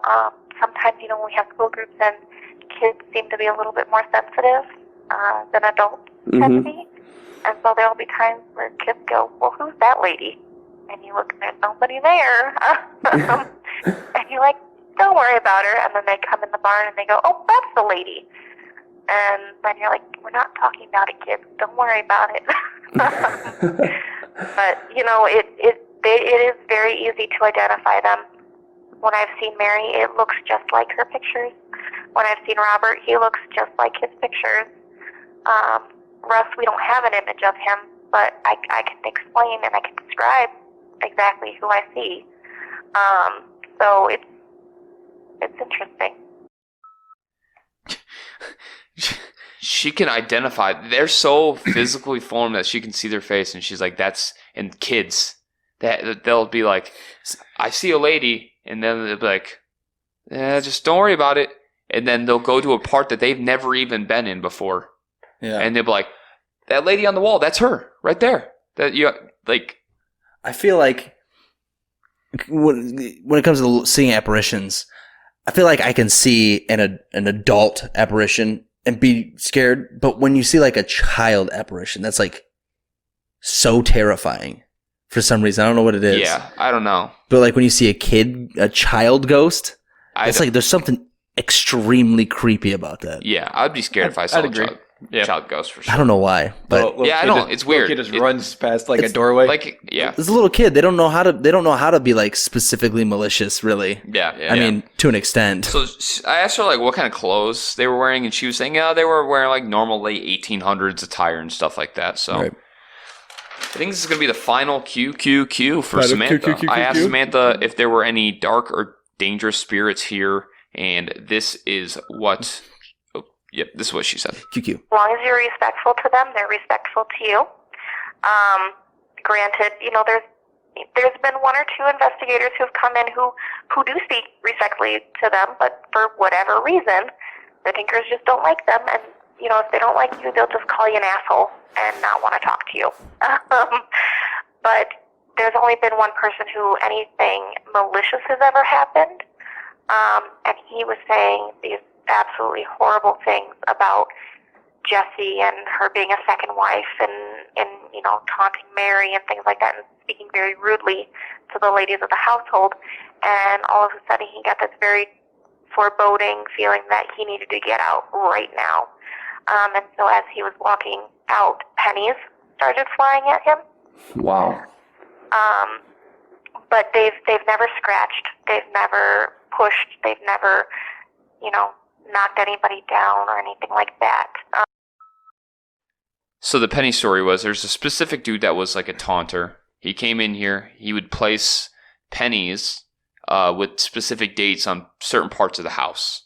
That way, if a penny moved, he could tell, okay, the 1850 penny, I know for a fact that I put it on this place. Yeah. He was walking out the door, and he got hit with a penny that he put up in the library on the second balcony of the library. And it flew all the way down and it hit him in heading out the door. His wives. I mean, jeez, that's a throw, dude. Sign that guy to a contract. Yeah, like that. That's the next Tom Brady, bro. They carved walls. Yeah. They went through doorways. So out of all the things to throw a penny, though, I mean, I guess. I mean, if you want somebody out of your house, gets a point across. Yeah, if you want somebody out of your house and you don't want to hurt them, but you want them to be like, "Hey, yo, get out!" Go away. Yeah. I will throw a penny at somebody. Right. Yeah. I'll throw a penny. Yeah. Do one of those like. You gotta do like off the elbow thing. The little flame things. Like the salt guy. Like, yo, those hurt. By the way, you had someone who did that really well. Yeah. Oh man. Especially with like just like water bottle caps. Even that hurts. You ever do the twist the water bottle thing? Heck yeah. Yeah. Heck yeah. Dude. Welts all the time back in the day. We used to do that to each other. So we only had two people that I interviewed. Anyway, moving on, I guess. Yeah, sorry. Whatever, man. I had two more things to say. Yeah, go ahead. Go ahead. No, it doesn't matter. All right, fine. Fuck you too. So I actually spoke with Kathy Kressel, and Who is that? So I won't get to it. God. Hit him with that disclaimer. Hit him with that disclaimer. Jesus. So she actually kind of is in charge of the paranormal side of this place. Okay, She's thank part you. of an investigation group, Haunted Rockford. Cool. And she's done investigations here. She's led investigative tours here. So she's been in here for a while, and she had a lot of crazy stories. Okay. Sorry, I am going to put a disclaimer. You're right. So I didn't really get a QQQ a lot of these because I actually did this today before we did the investigation. Yeah. So you're going to see probably as raw as a QQQ is going to be because I'm going to literally skip through this as we go. Yeah. This whole episode has been a raw QQQ. Yeah, dude. This is it's We have fun though. yeah. This is what we do this for though. I'm enjoying it. We show up. Some fun. We do some paranormal investigations. We speak with some ghosts. We hang out with some ghosts, and then we shoot a podcast. Did you feel like you learned about the Tinker family, Tyler? I did. Hey, so there we go. At least we did something. You learned Got a little- something. We learned something. Exactly. Yeah. Making our brains bigger. All right. So anyway, so this is the conversation with who? Yeah, Kathy Kressel. Okay. Who's she? This is going to be. Is there anyone? I'm speaking. It's going to be. The guys were. I started doing haunted Rockford tours. It'll be 16 years ago in the fall. Next month, and the very first tour. We didn't have such a wonderful, gracious host as Sam. The person that ran it at that time said we could go on the suspension bridge and go over there and go on the ground, but we couldn't come inside because she thought that the ghosts would give it a bad name. So that's how I got involved. So we just came on my bus and, I talked about the history of the house and some of the, because people, when you start doing tours, people get in touch with you and go, hey, I was at this place and I saw this. So you probably know that yourself. Mm-hmm. We got a team that I was working with at the time, and they came because I would bring a couple of buses full of people, and we would take them in small groups through the house. Some of them were outside on the, so I had different team members in different parts. Instead of the team moving, we just had the people move away, and they told a couple stories. And he had a couple experiences. So, but from the very first time that we brought a full tour here, we had things happen. So we were getting back on the bus after our time here, and this was one of many. There was like 5 or 6 stops on the tour. It was a 3-hour tour, so we spent a whole hour. Yeah, that's my two buddies being assholes in the fucking background. I almost went over the edge and yelled at you guys. Like, I was really fucking close. We didn't know how close it was. We didn't know what you Literally, I could hear you guys joking and smoking in this room as you're putting the fucking stuff together. Did you ever say Anthony shut the hell up? Yes. Did you really? Wait, did we? Yes. Hell yeah. Bunch of tools, dude. Hell yeah. Jesus. All right, back into it. Wait. So what is it that we're talking about here? So I'm just going to go through the interview, just some interesting parts of it, and there's some things that I actually experienced in the interview, and that's why I'm kind of playing this as a whole too, because I experienced some stuff here. So we'll get into it. Yeah. Cool. But so we were getting him back on the bus, and I had a psychic along, and I had my this team that I was working with, and this lady comes up to me, she goes, oh, this is such a neat night. You had these people who are interested in the paranormal. And I said, yeah. And then she said, and you had the psychic, and he picked up the people were here. And she said, you had that lady dressed in the period dress sitting out on the bench before you got on the bridge. And I was like, oh, excuse me? And she said, that lady, she had a long white dress up and her hair was up in a bun. And I'm like, I don't know who you saw, but she was not with me. So we all had to get back off the bus and go stare at the bench. And of course, there was nobody there at that time. But yeah, so from the very moment we started coming here, we've had, and it remains, I do and we've done a lot of how this has been during. I'm kind of feeling a little bit lightheaded right now. It's very strong in here tonight. So right here is where you start Do you kind obviously of get, feeling weird. Not complaints, but people saying they're like kind of like lightheaded. Oh yeah. Okay, because I'm kind of feeling a little bit lightheaded right now. It's very strong in here tonight. I mean, usually I haven't been in here since last fall, and they're all like... It feels kind of like, not like a bad thing, it just feels like there's like something on me. Yeah. Like, and I'm like a little bit lightheaded. Oh, this is Robert Tinker's bedroom. Okay. And Jessie, his would be Mrs. Tinker number 2. She is very excited about sharing the house, and she will let you know that. So she's probably all over you. But Robert is very proud of this legacy that he left. This is a beautiful building. It's an amazing. When I walked in, I mean, I was like. So when I'm talking to her, I walk in, I sit down, I'm fine. Okay. We walk into the building, like I could feel, like, we walked into the Sterling Theater and I couldn't feel much in the Sterling Theater. Yeah, there was not much that was like off-putting about it. Yeah. I walk into here and it wasn't like off-putting, but it just felt like something was The up room here. was crowded. Right, Yeah, right. yeah. So I walk and sit into a room. I didn't know it was Robert's bedroom, and I sit, and I'm like sitting there, and then I'm fine, and I'm talking to her, and then all of a sudden my head feels like heavy, and I get almost like I start getting a little bit of a headache, and I start getting like dizzy as I'm talking to her, and like almost like feeling sick, like I'm feeling sick, and that's when I ask her, like, "Oh, what's going on?" And she's like, "Oh, that happens all the time in here. Like people." I mean, Like, it's different. Just when something it could be is, people, when it's a physiological thing of just having somebody, or they may be taking energy just so they can use it to let us know. I mean, I don't know what it was, but I had never had that happen to me before, ever. I mean, I did have sort of a headache and kind of got like worse for a little bit there, but I mean, yeah, I went didn't from really like go up nothing to like my head felt like a watermelon, and it was like dizzy, and it like felt like my equilibrium was off. Right. So it was weird, and then more stuff happened as the interview went on. This is so cool. I was like a So child just get me talking because I like to You talk. guys are appreciated, so thank you. Sorry, usually I do that beforehand.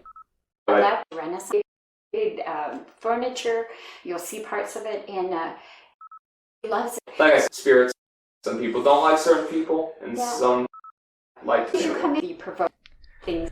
So I'm skipping over a lot of stuff. We actually had like a conversation. It was less of an interview and more of like just like a conversation with her. So I'm skipping through stuff that I was talking about. That long-winded thing I had was I was actually I was saying I'm not mad that I was lightheaded.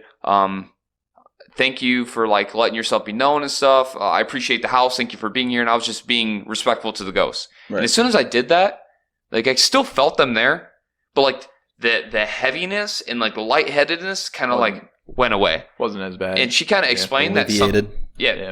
They explain, or what she is sometimes they're like, you're new, so like, hey, what's up? What's Hi, this guy? Yeah, right. what's up, dude? Hey, and they kind of like crowd you, and then like when you're like, oh, can you like give me a little bit of space? And they're like, oh shoot, I think we're like overwhelming them a little bit. Yeah. And I think that's kind of what happened, because after I did that, like you'll hear some things I talk about in this about some other stuff I experienced, but like the heaviness in my head and like the lightheadedness like immediately like went away. They didn't like the tattoo though. They did not, and They we'll don't get like into the that tattoo. later.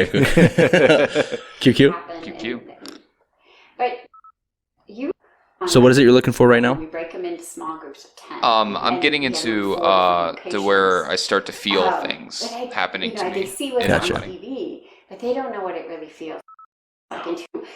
So, I kind of embrace it mhm. because I think whether you're side Mhm. is just I'm religious, but tough time, and this is because it's out. Like hopefully, like please let there be something out, Mary Jane. something else.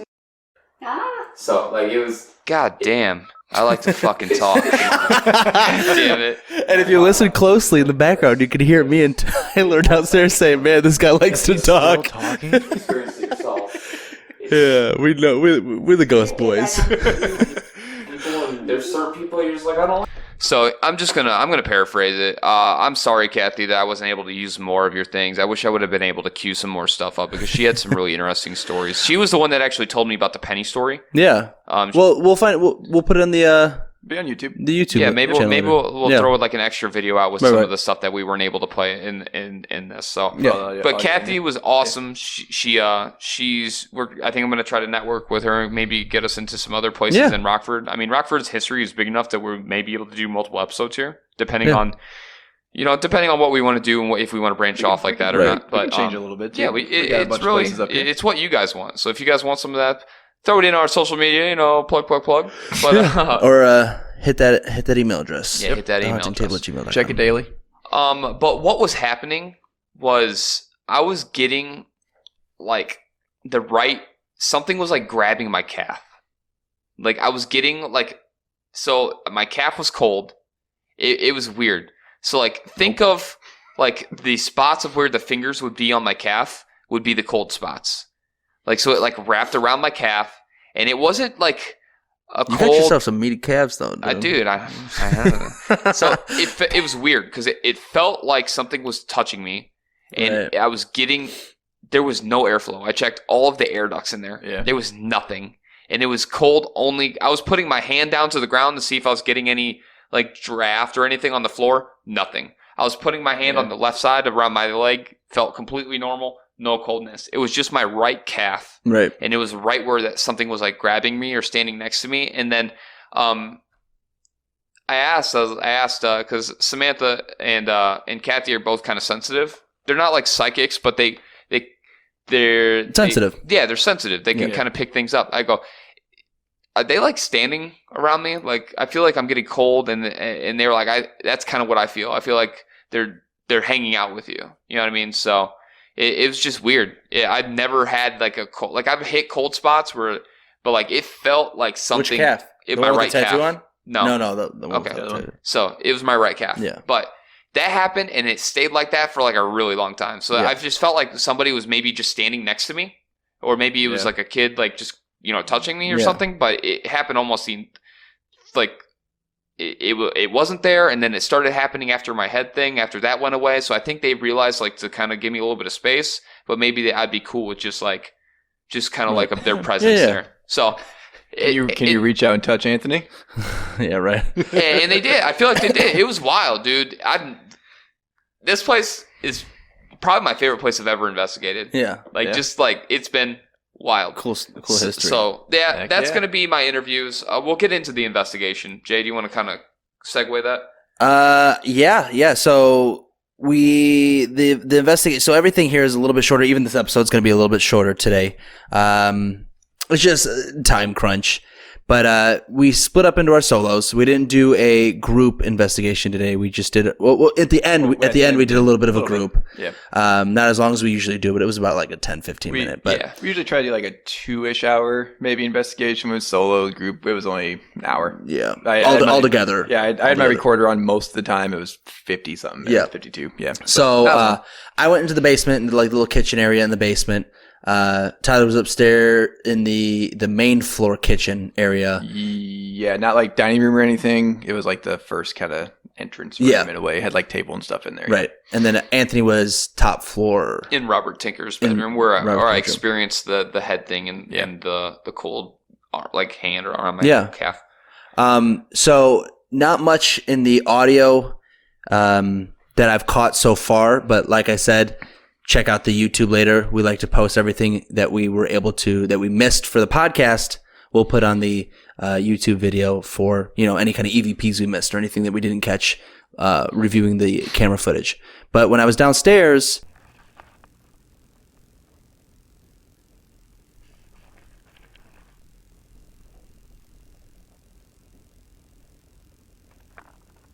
this is the basement kitchen area.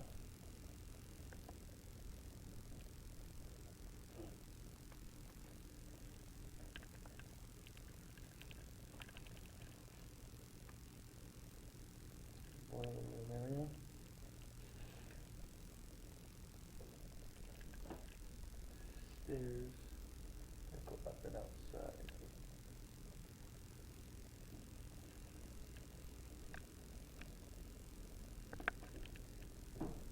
If you don't mind, I'm going to have a walk around the hallway.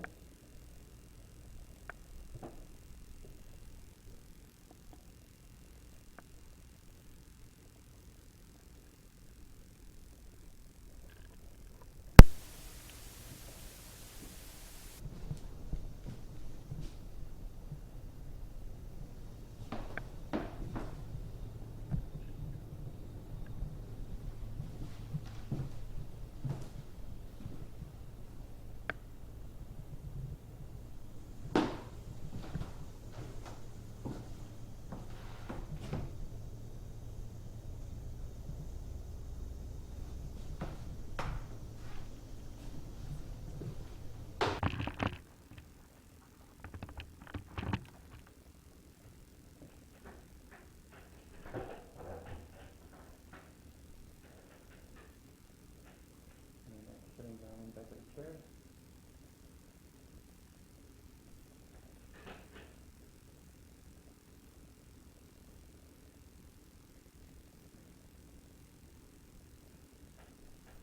Do you enjoy all of the strangers that come in and out of your house?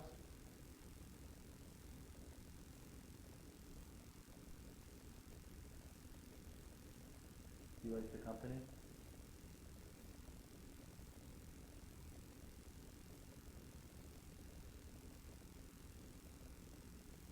I was down there for how long? I think we were down there for like 30 minutes. 30 minutes. I would say or probably so. 30 minutes, yeah. We did the solos for about 30 minutes. I was down there and the air conditioning was kicking on and off, so it was hard to hear anything. But as I was wrapping up and done, because I didn't really catch anything in the middle of it, I wasn't feeling anything. I didn't feel uneasy. I didn't feel like I was being watched. There was one room down there, though. Like it looked like the boiler room or whatever. It's just like a weird feeling in there. For some reason, I felt weird. Like I didn't want to look behind the curtain because there's no door there, but there's a threshold and there's a curtain. You open it up, and it's weird. You pull the curtain back, someone's just standing there. That was what was going through my head. I would have read up this. I would have left. I did it. I have it record. Like I did it with the recorder before the camera died because all our batteries died. They were fully charged and they all died. Yeah. We literally charged everything, and it wasn't like the battery may have a weak spot in the middle of it. Like half of our shit didn't work as soon as we got it. Yeah. Yep. And a fully charged battery went downstairs, died. But anyway, so I was down there and I opened up because I got a weird feeling about it. I got to check it out. We got to see what happens. Opened up. I don't know if I caught anything or not. I personally didn't notice anything when I opened the curtain, but it did feel weird. I don't know what it was. But anyway, so as I was wrapping up, I say out loud, "Hey, I'm heading upstairs. You can come upstairs and join us if you want to. Thank you so much for allowing me to be down here in your area." And then I turn off the EV, I turn off my recorder, and I start walking up, and I could hear footsteps walking towards me from the hallway. Because if you're sitting downstairs in the basement kitchen area, there's a hallway that goes down that's got about 4 rooms and then goes upstairs. And as I was walking, I hear footsteps coming towards me, and I could hear distinctly it's like a dress. And you know how those like Victorian dresses, they would have like the big puffy under garments. Right. Yeah. Yep. And I could hear those rustling like back and forth. So it was kind of creepy. And I went upstairs. So that's all I got from my solo investigation. Did you get anything, Tyler? I don't think so. I kept hearing when I was sitting there a like noise behind me, like kind of rustling and stuff, but I didn't really catch anything. It was really small, and the only thing that maybe, which I got to go back and find, I didn't pick it up. I don't think. I swear that I heard someone groan after I asked a question, but you know what question it was? Do you remember? It was. No, I don't remember what question it was. I remember about the time frame it was in. It was about 6 to 8 minutes, so I got to go back and re-listen to it again. Into the investigation, right? Yeah. But I don't know. When I first listened, I didn't pick anything up, but it sounded like it was like right, like to my right side, pretty much. So it was weird, kind of something out of the ordinary. Yeah. But I don't think it was really anything. Yeah. Could have been in my head, but who knows? I don't know. We're going to listen to it. We'll see. Yeah, and then we'll post it on YouTube. Like I said, like 7 times now. How about you, Anthony? What'd you catch? Dude, it was wild. Dude, first thing he says. It was insane. So, I didn't catch anything on the recorder, I don't think. I also, due to the time crunch, like I said, we're trying to be respectful and get out of here at a decent time. That way they can lock it up because it is owned by the Yeah, we are running a little late now, so we're trying to, we'll kind of wrap it up in a little bit here. So, we used dowsing rods. I had Samantha come up with me. Yeah. And because it seems like they like her, so I was kind of not using her, but I was like maybe having her be there, make them be a little bit at ease Just to help with the investigation. Definitely. So we used dowsing rods. I've used them before down in Alton, Illinois, when I did an investigation down there. These are some of the questions that we asked. So the way dowsing rods, did you find out how dowsing rods worked? So I found a lot more about how they work for like finding like there's water and all that stuff. Yeah. The paranormal part of it, it was like, talk about the water. Just find it, just like, because people would use these to find water. They've been using these for a really long time. Yeah. Yeah. As far as like the paranormal one, it was more like it's supposed to be like energy changes because that's kind of why they're used for the water, is for that same reason, because everything on Earth essentially gives off some form of energy, and that's what they're kind of like for. Like I said, mostly water, but in the paranormal ghost adventurer part, it's for like energy changes, like in the air, that kind of stuff is what I found. So gotcha. So they're, I don't know what material they're made out of. Copper. But copper. Okay, so they're copper wires pretty much that poke out, and you hold them away from you, and you don't hold them super tight. You just kind of let them sit, and you don't move, and they'll move by themselves.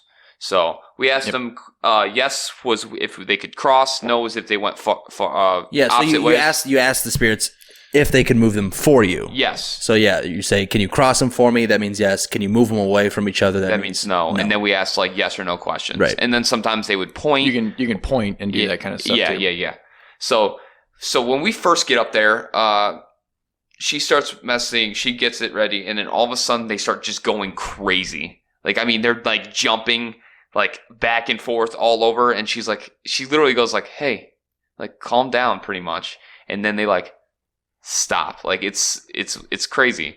It's gonna be Tinker Swiss Cottage. This is Anthony and Samantha investigation solos. It's gonna be August 28th, 2020, approximately 7:30. I'm not 100% sure, but it's roughly 7:30. How's it going, Robert? Any other Tinker that is in this building? Jesse, Mary, Hannah, Ed, Josephus, Martha. I know there's a lot of you, and I stink with names, so I apologize if I mess anyone's names up. Like I said, I'm Anthony. You guys know, Sam. I'm here just to have a conversation with you guys.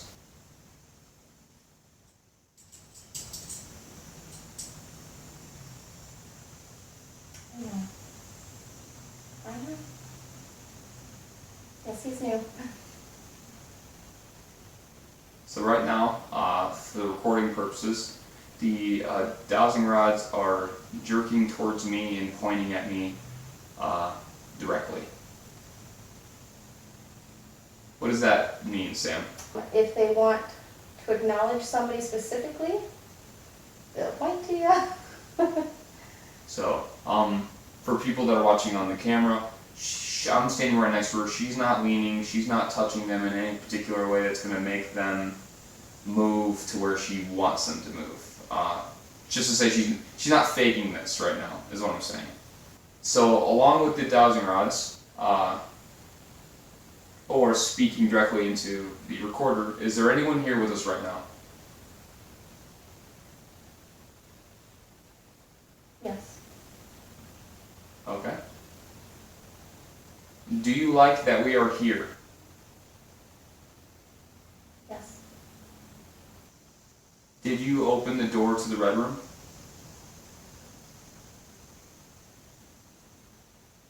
That's a yes. Okay. Is Robert here?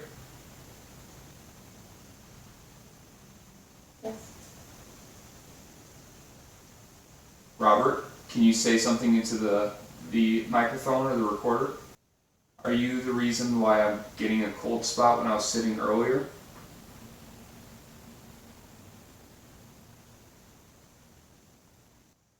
Yes.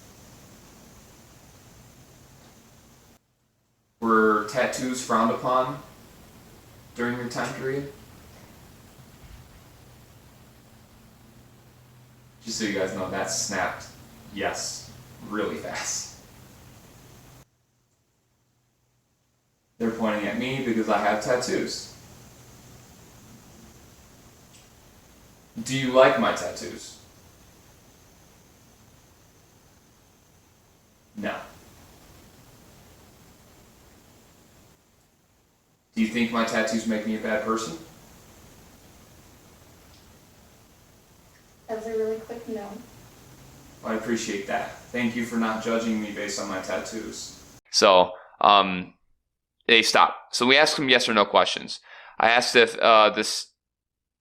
they were the reason why I got cold earlier, and they crossed yes. I asked if they liked tattoos because I have a tattoo, and during that time period, I feel like tattoos were frowned upon because probably a lot of criminals, a lot of pirates, a lot of stuff like that were tattooed. They said no. I asked if they judged me based on my tattoos, and they said no. Up there, I asked if it was Robert. He said yes. So I was speaking to Robert and maybe a few other people, but I felt like it was mainly Robert who was communicating to me. Because you were in his Yeah, because room, I was right? in his bedroom. Yep, right. yep.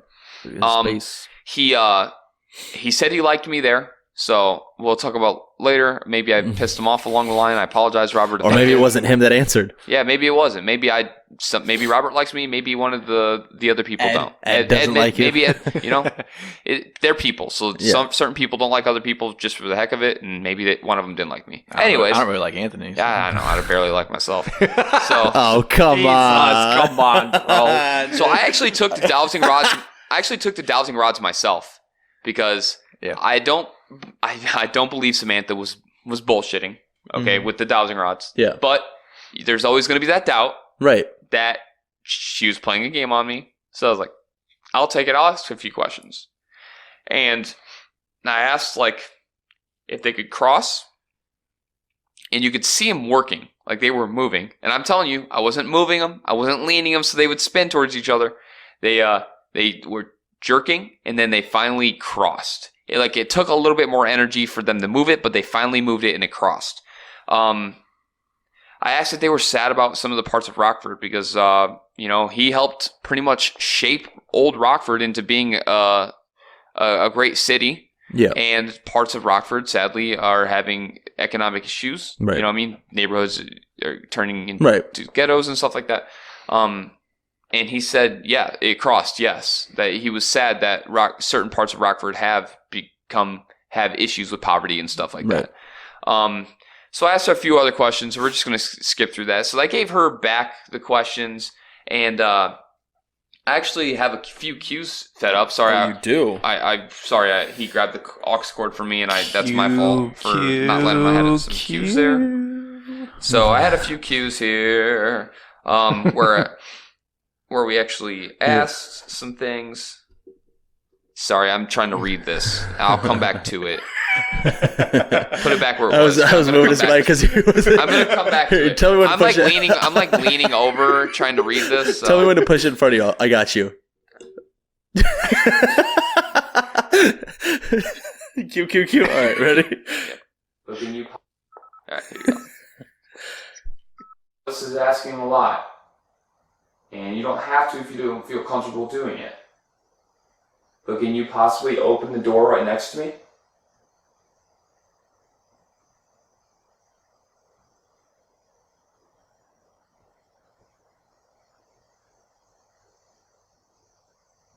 So I'm just gonna have us overlay because there's nothing that we can hear besides when I actually talk in it or when Samantha talks in it. Okay.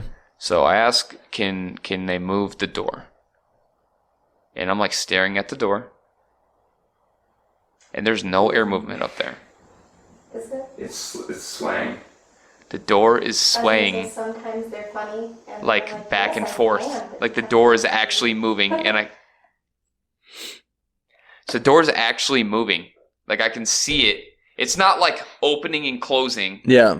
But they're moving it like this. Like it's wiggling. Where were you guys at? I was sitting right next to the door. Okay. So I literally I would say maybe a foot away from the door, and I was like staring right at the door, and I could see it just moving. And there was no air movement. There was nothing coming out of the vents. It was wild. Jeez. So let's get back into it because Yeah. nice. Ask this politely. I saw it moving a little bit. Can you please, or may you please, move the door open or closed? So I asked him to try to move the door again, open or close it. And I'm staring at it at this point in time.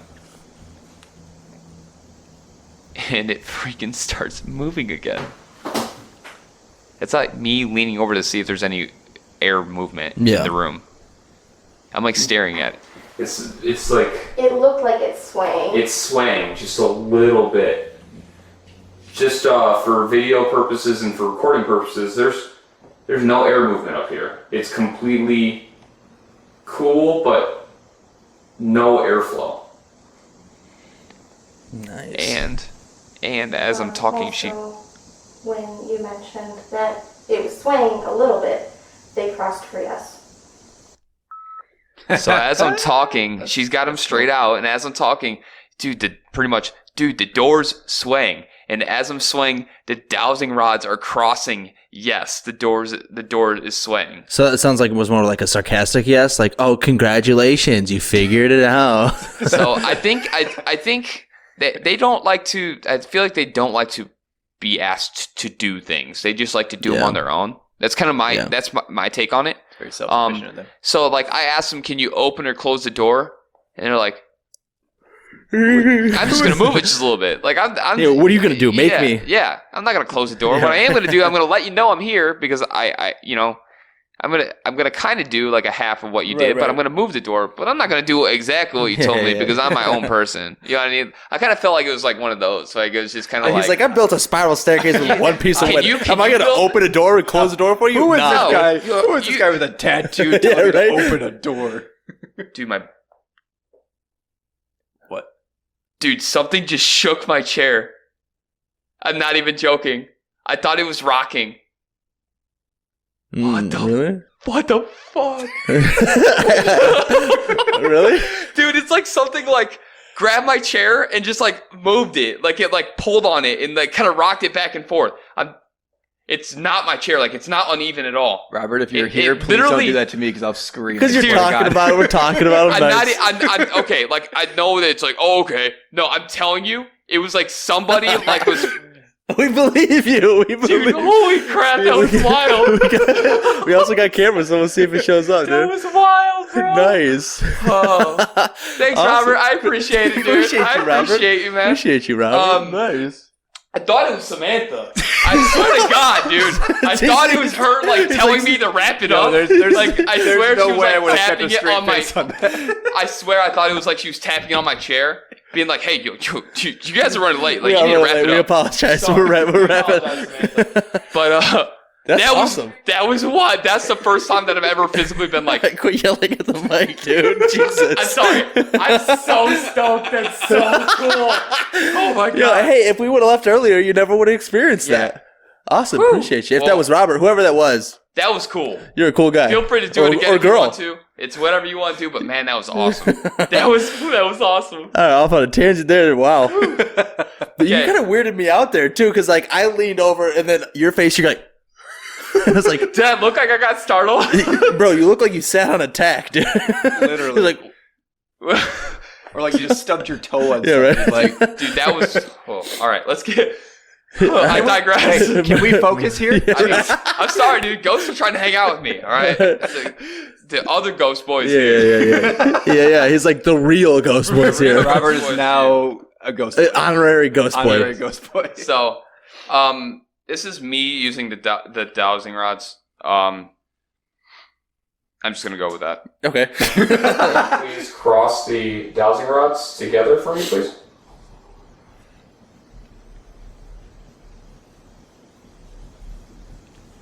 I can hear him moving. Thank you. I appreciate it.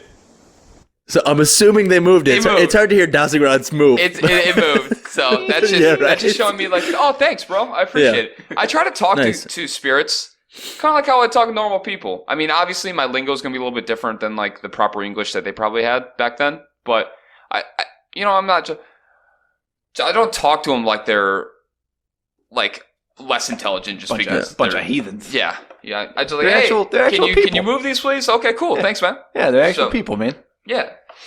So, really, the rest of the EVP stuff we're gonna have to release at a later day on our YouTube. Yep. Just because there's so much that we had to go through. Yeah, and and we're running a tight. little bit tight. Yep. So. Yeah. Understandable. But yeah, so does that wrap that up? Dude, that was a great end. What a catch, dude. I'm like so happy right now. What a catch.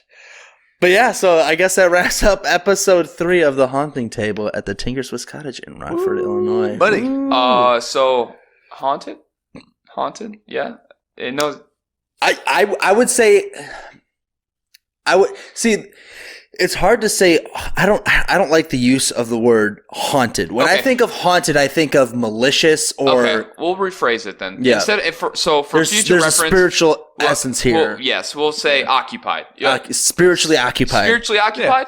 We're coining that phrase right now. Yep. You heard it here first, folks. The Haunting Table. hashtag that. spiritually occupied. Copyrighted. Copyrighted.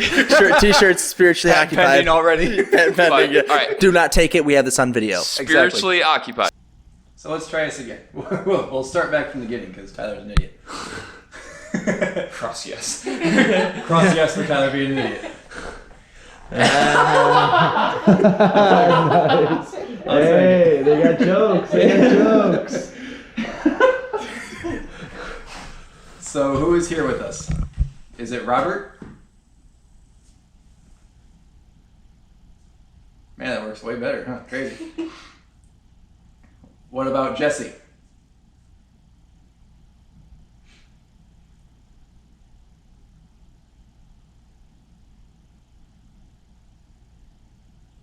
And I think the last one was Mary. Are you here, Mary? She's really. Oh, hey, what's up, girl? Is Hannah here? Hannah. Is Hannah here?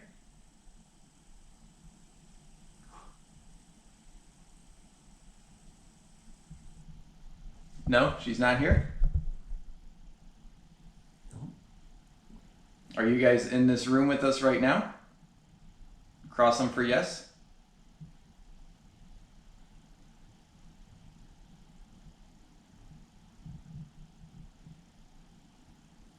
Thinking about it? All right. There you go.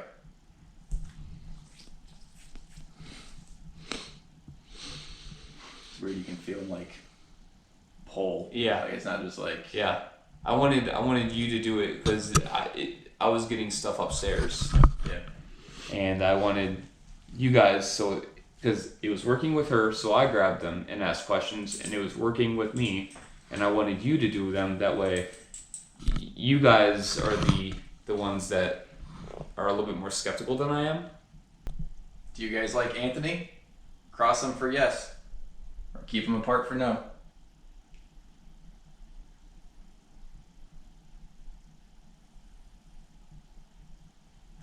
I must have got on their nerves. They don't like the tattoos, huh? It's the tattoos. Tattoos, bro. Spiritually occupied. Spiritually occupied. That's a question. Is it spiritually? Yeah, no, I'm saying spiritually occupied, and then I asked him. Okay, gotcha. I didn't know that's what we were doing. I wasn't doing a circle of spiritually. Spiritually occupied. Just a bunch of singles. Spiritually occupied. Spiritually. All right, now we ruined it. Now people heard it too. Is that No, it it's fine. sounds We're gonna- stupid? No, we're doing it. It's All fine. right, but anyway, No. so thank you so much, everybody, for coming by. We appreciate you. Episode 3, guys, sweet. We've done it. We can retire now, right? This is when we retire. But yeah, if you guys like what you saw and you want to help support us, you can support us by many different ways. Like I said in the beginning, go to our social media accounts, Twitter or Instagram, haunting_table. Or you can go to our YouTube, which is The Haunting Table. You subscribe there. We're going to be posting this video. We already have episode 1 and 2 up. And then you also get pictures of what we're talking about. You get to see us, which I guess is like the least favorite part that people see in us. We have faces for radio. Yeah, we got radio faces. That's why we decided to That's do a why we went podcast. podcast. Like, well, we want a camera going just in case someone shakes Anthony's chair. And then there's also the video of our investigations that you can see, and then we also put up extra EVPs that we weren't able to see here, and then play live for you. Or you can head over, if you feel excruciatingly generous, you can head over to paypal.me/the haunting table and just float us whatever you feel you want to help produce the show with, because every cent helps and gets us to our next destination, because that's what keeps us going. This is not free. This does cost money, but it was free here today. We appreciate Tinker Swiss Cottage and everybody, and Samantha for setting us up here. Is awesome. Go to their website. What was that website again? It was Tinker Cottage, www.tinkercottage.com. Yep. She was nodding her head like, yeah. Thumbs up You got approval. it. So yeah, go check them out and help support. But yeah, if you feel like you want to help financially support us, so that way we can get to different places and investigate different buildings, like I said, paypal.me/the haunting table. And then also, if you don't have, because I know it's difficult times, and use your money on what you need to use it for first.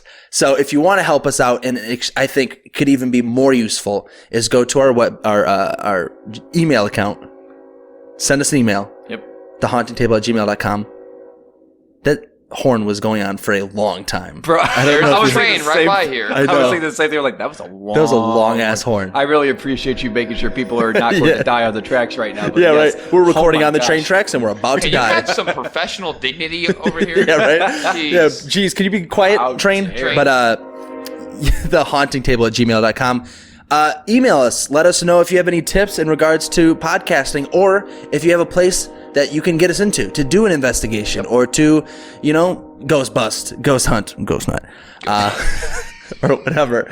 But we appreciate you. Thank you so much for stopping by. Thank you, everyone. We appreciate it. Yes, You of are course. the wind underneath our wings. The wind underneath our wings. I like it. But I haven't heard that in a before, long time. I'm going to need this back, my guy. My guy. My other ghost buddy.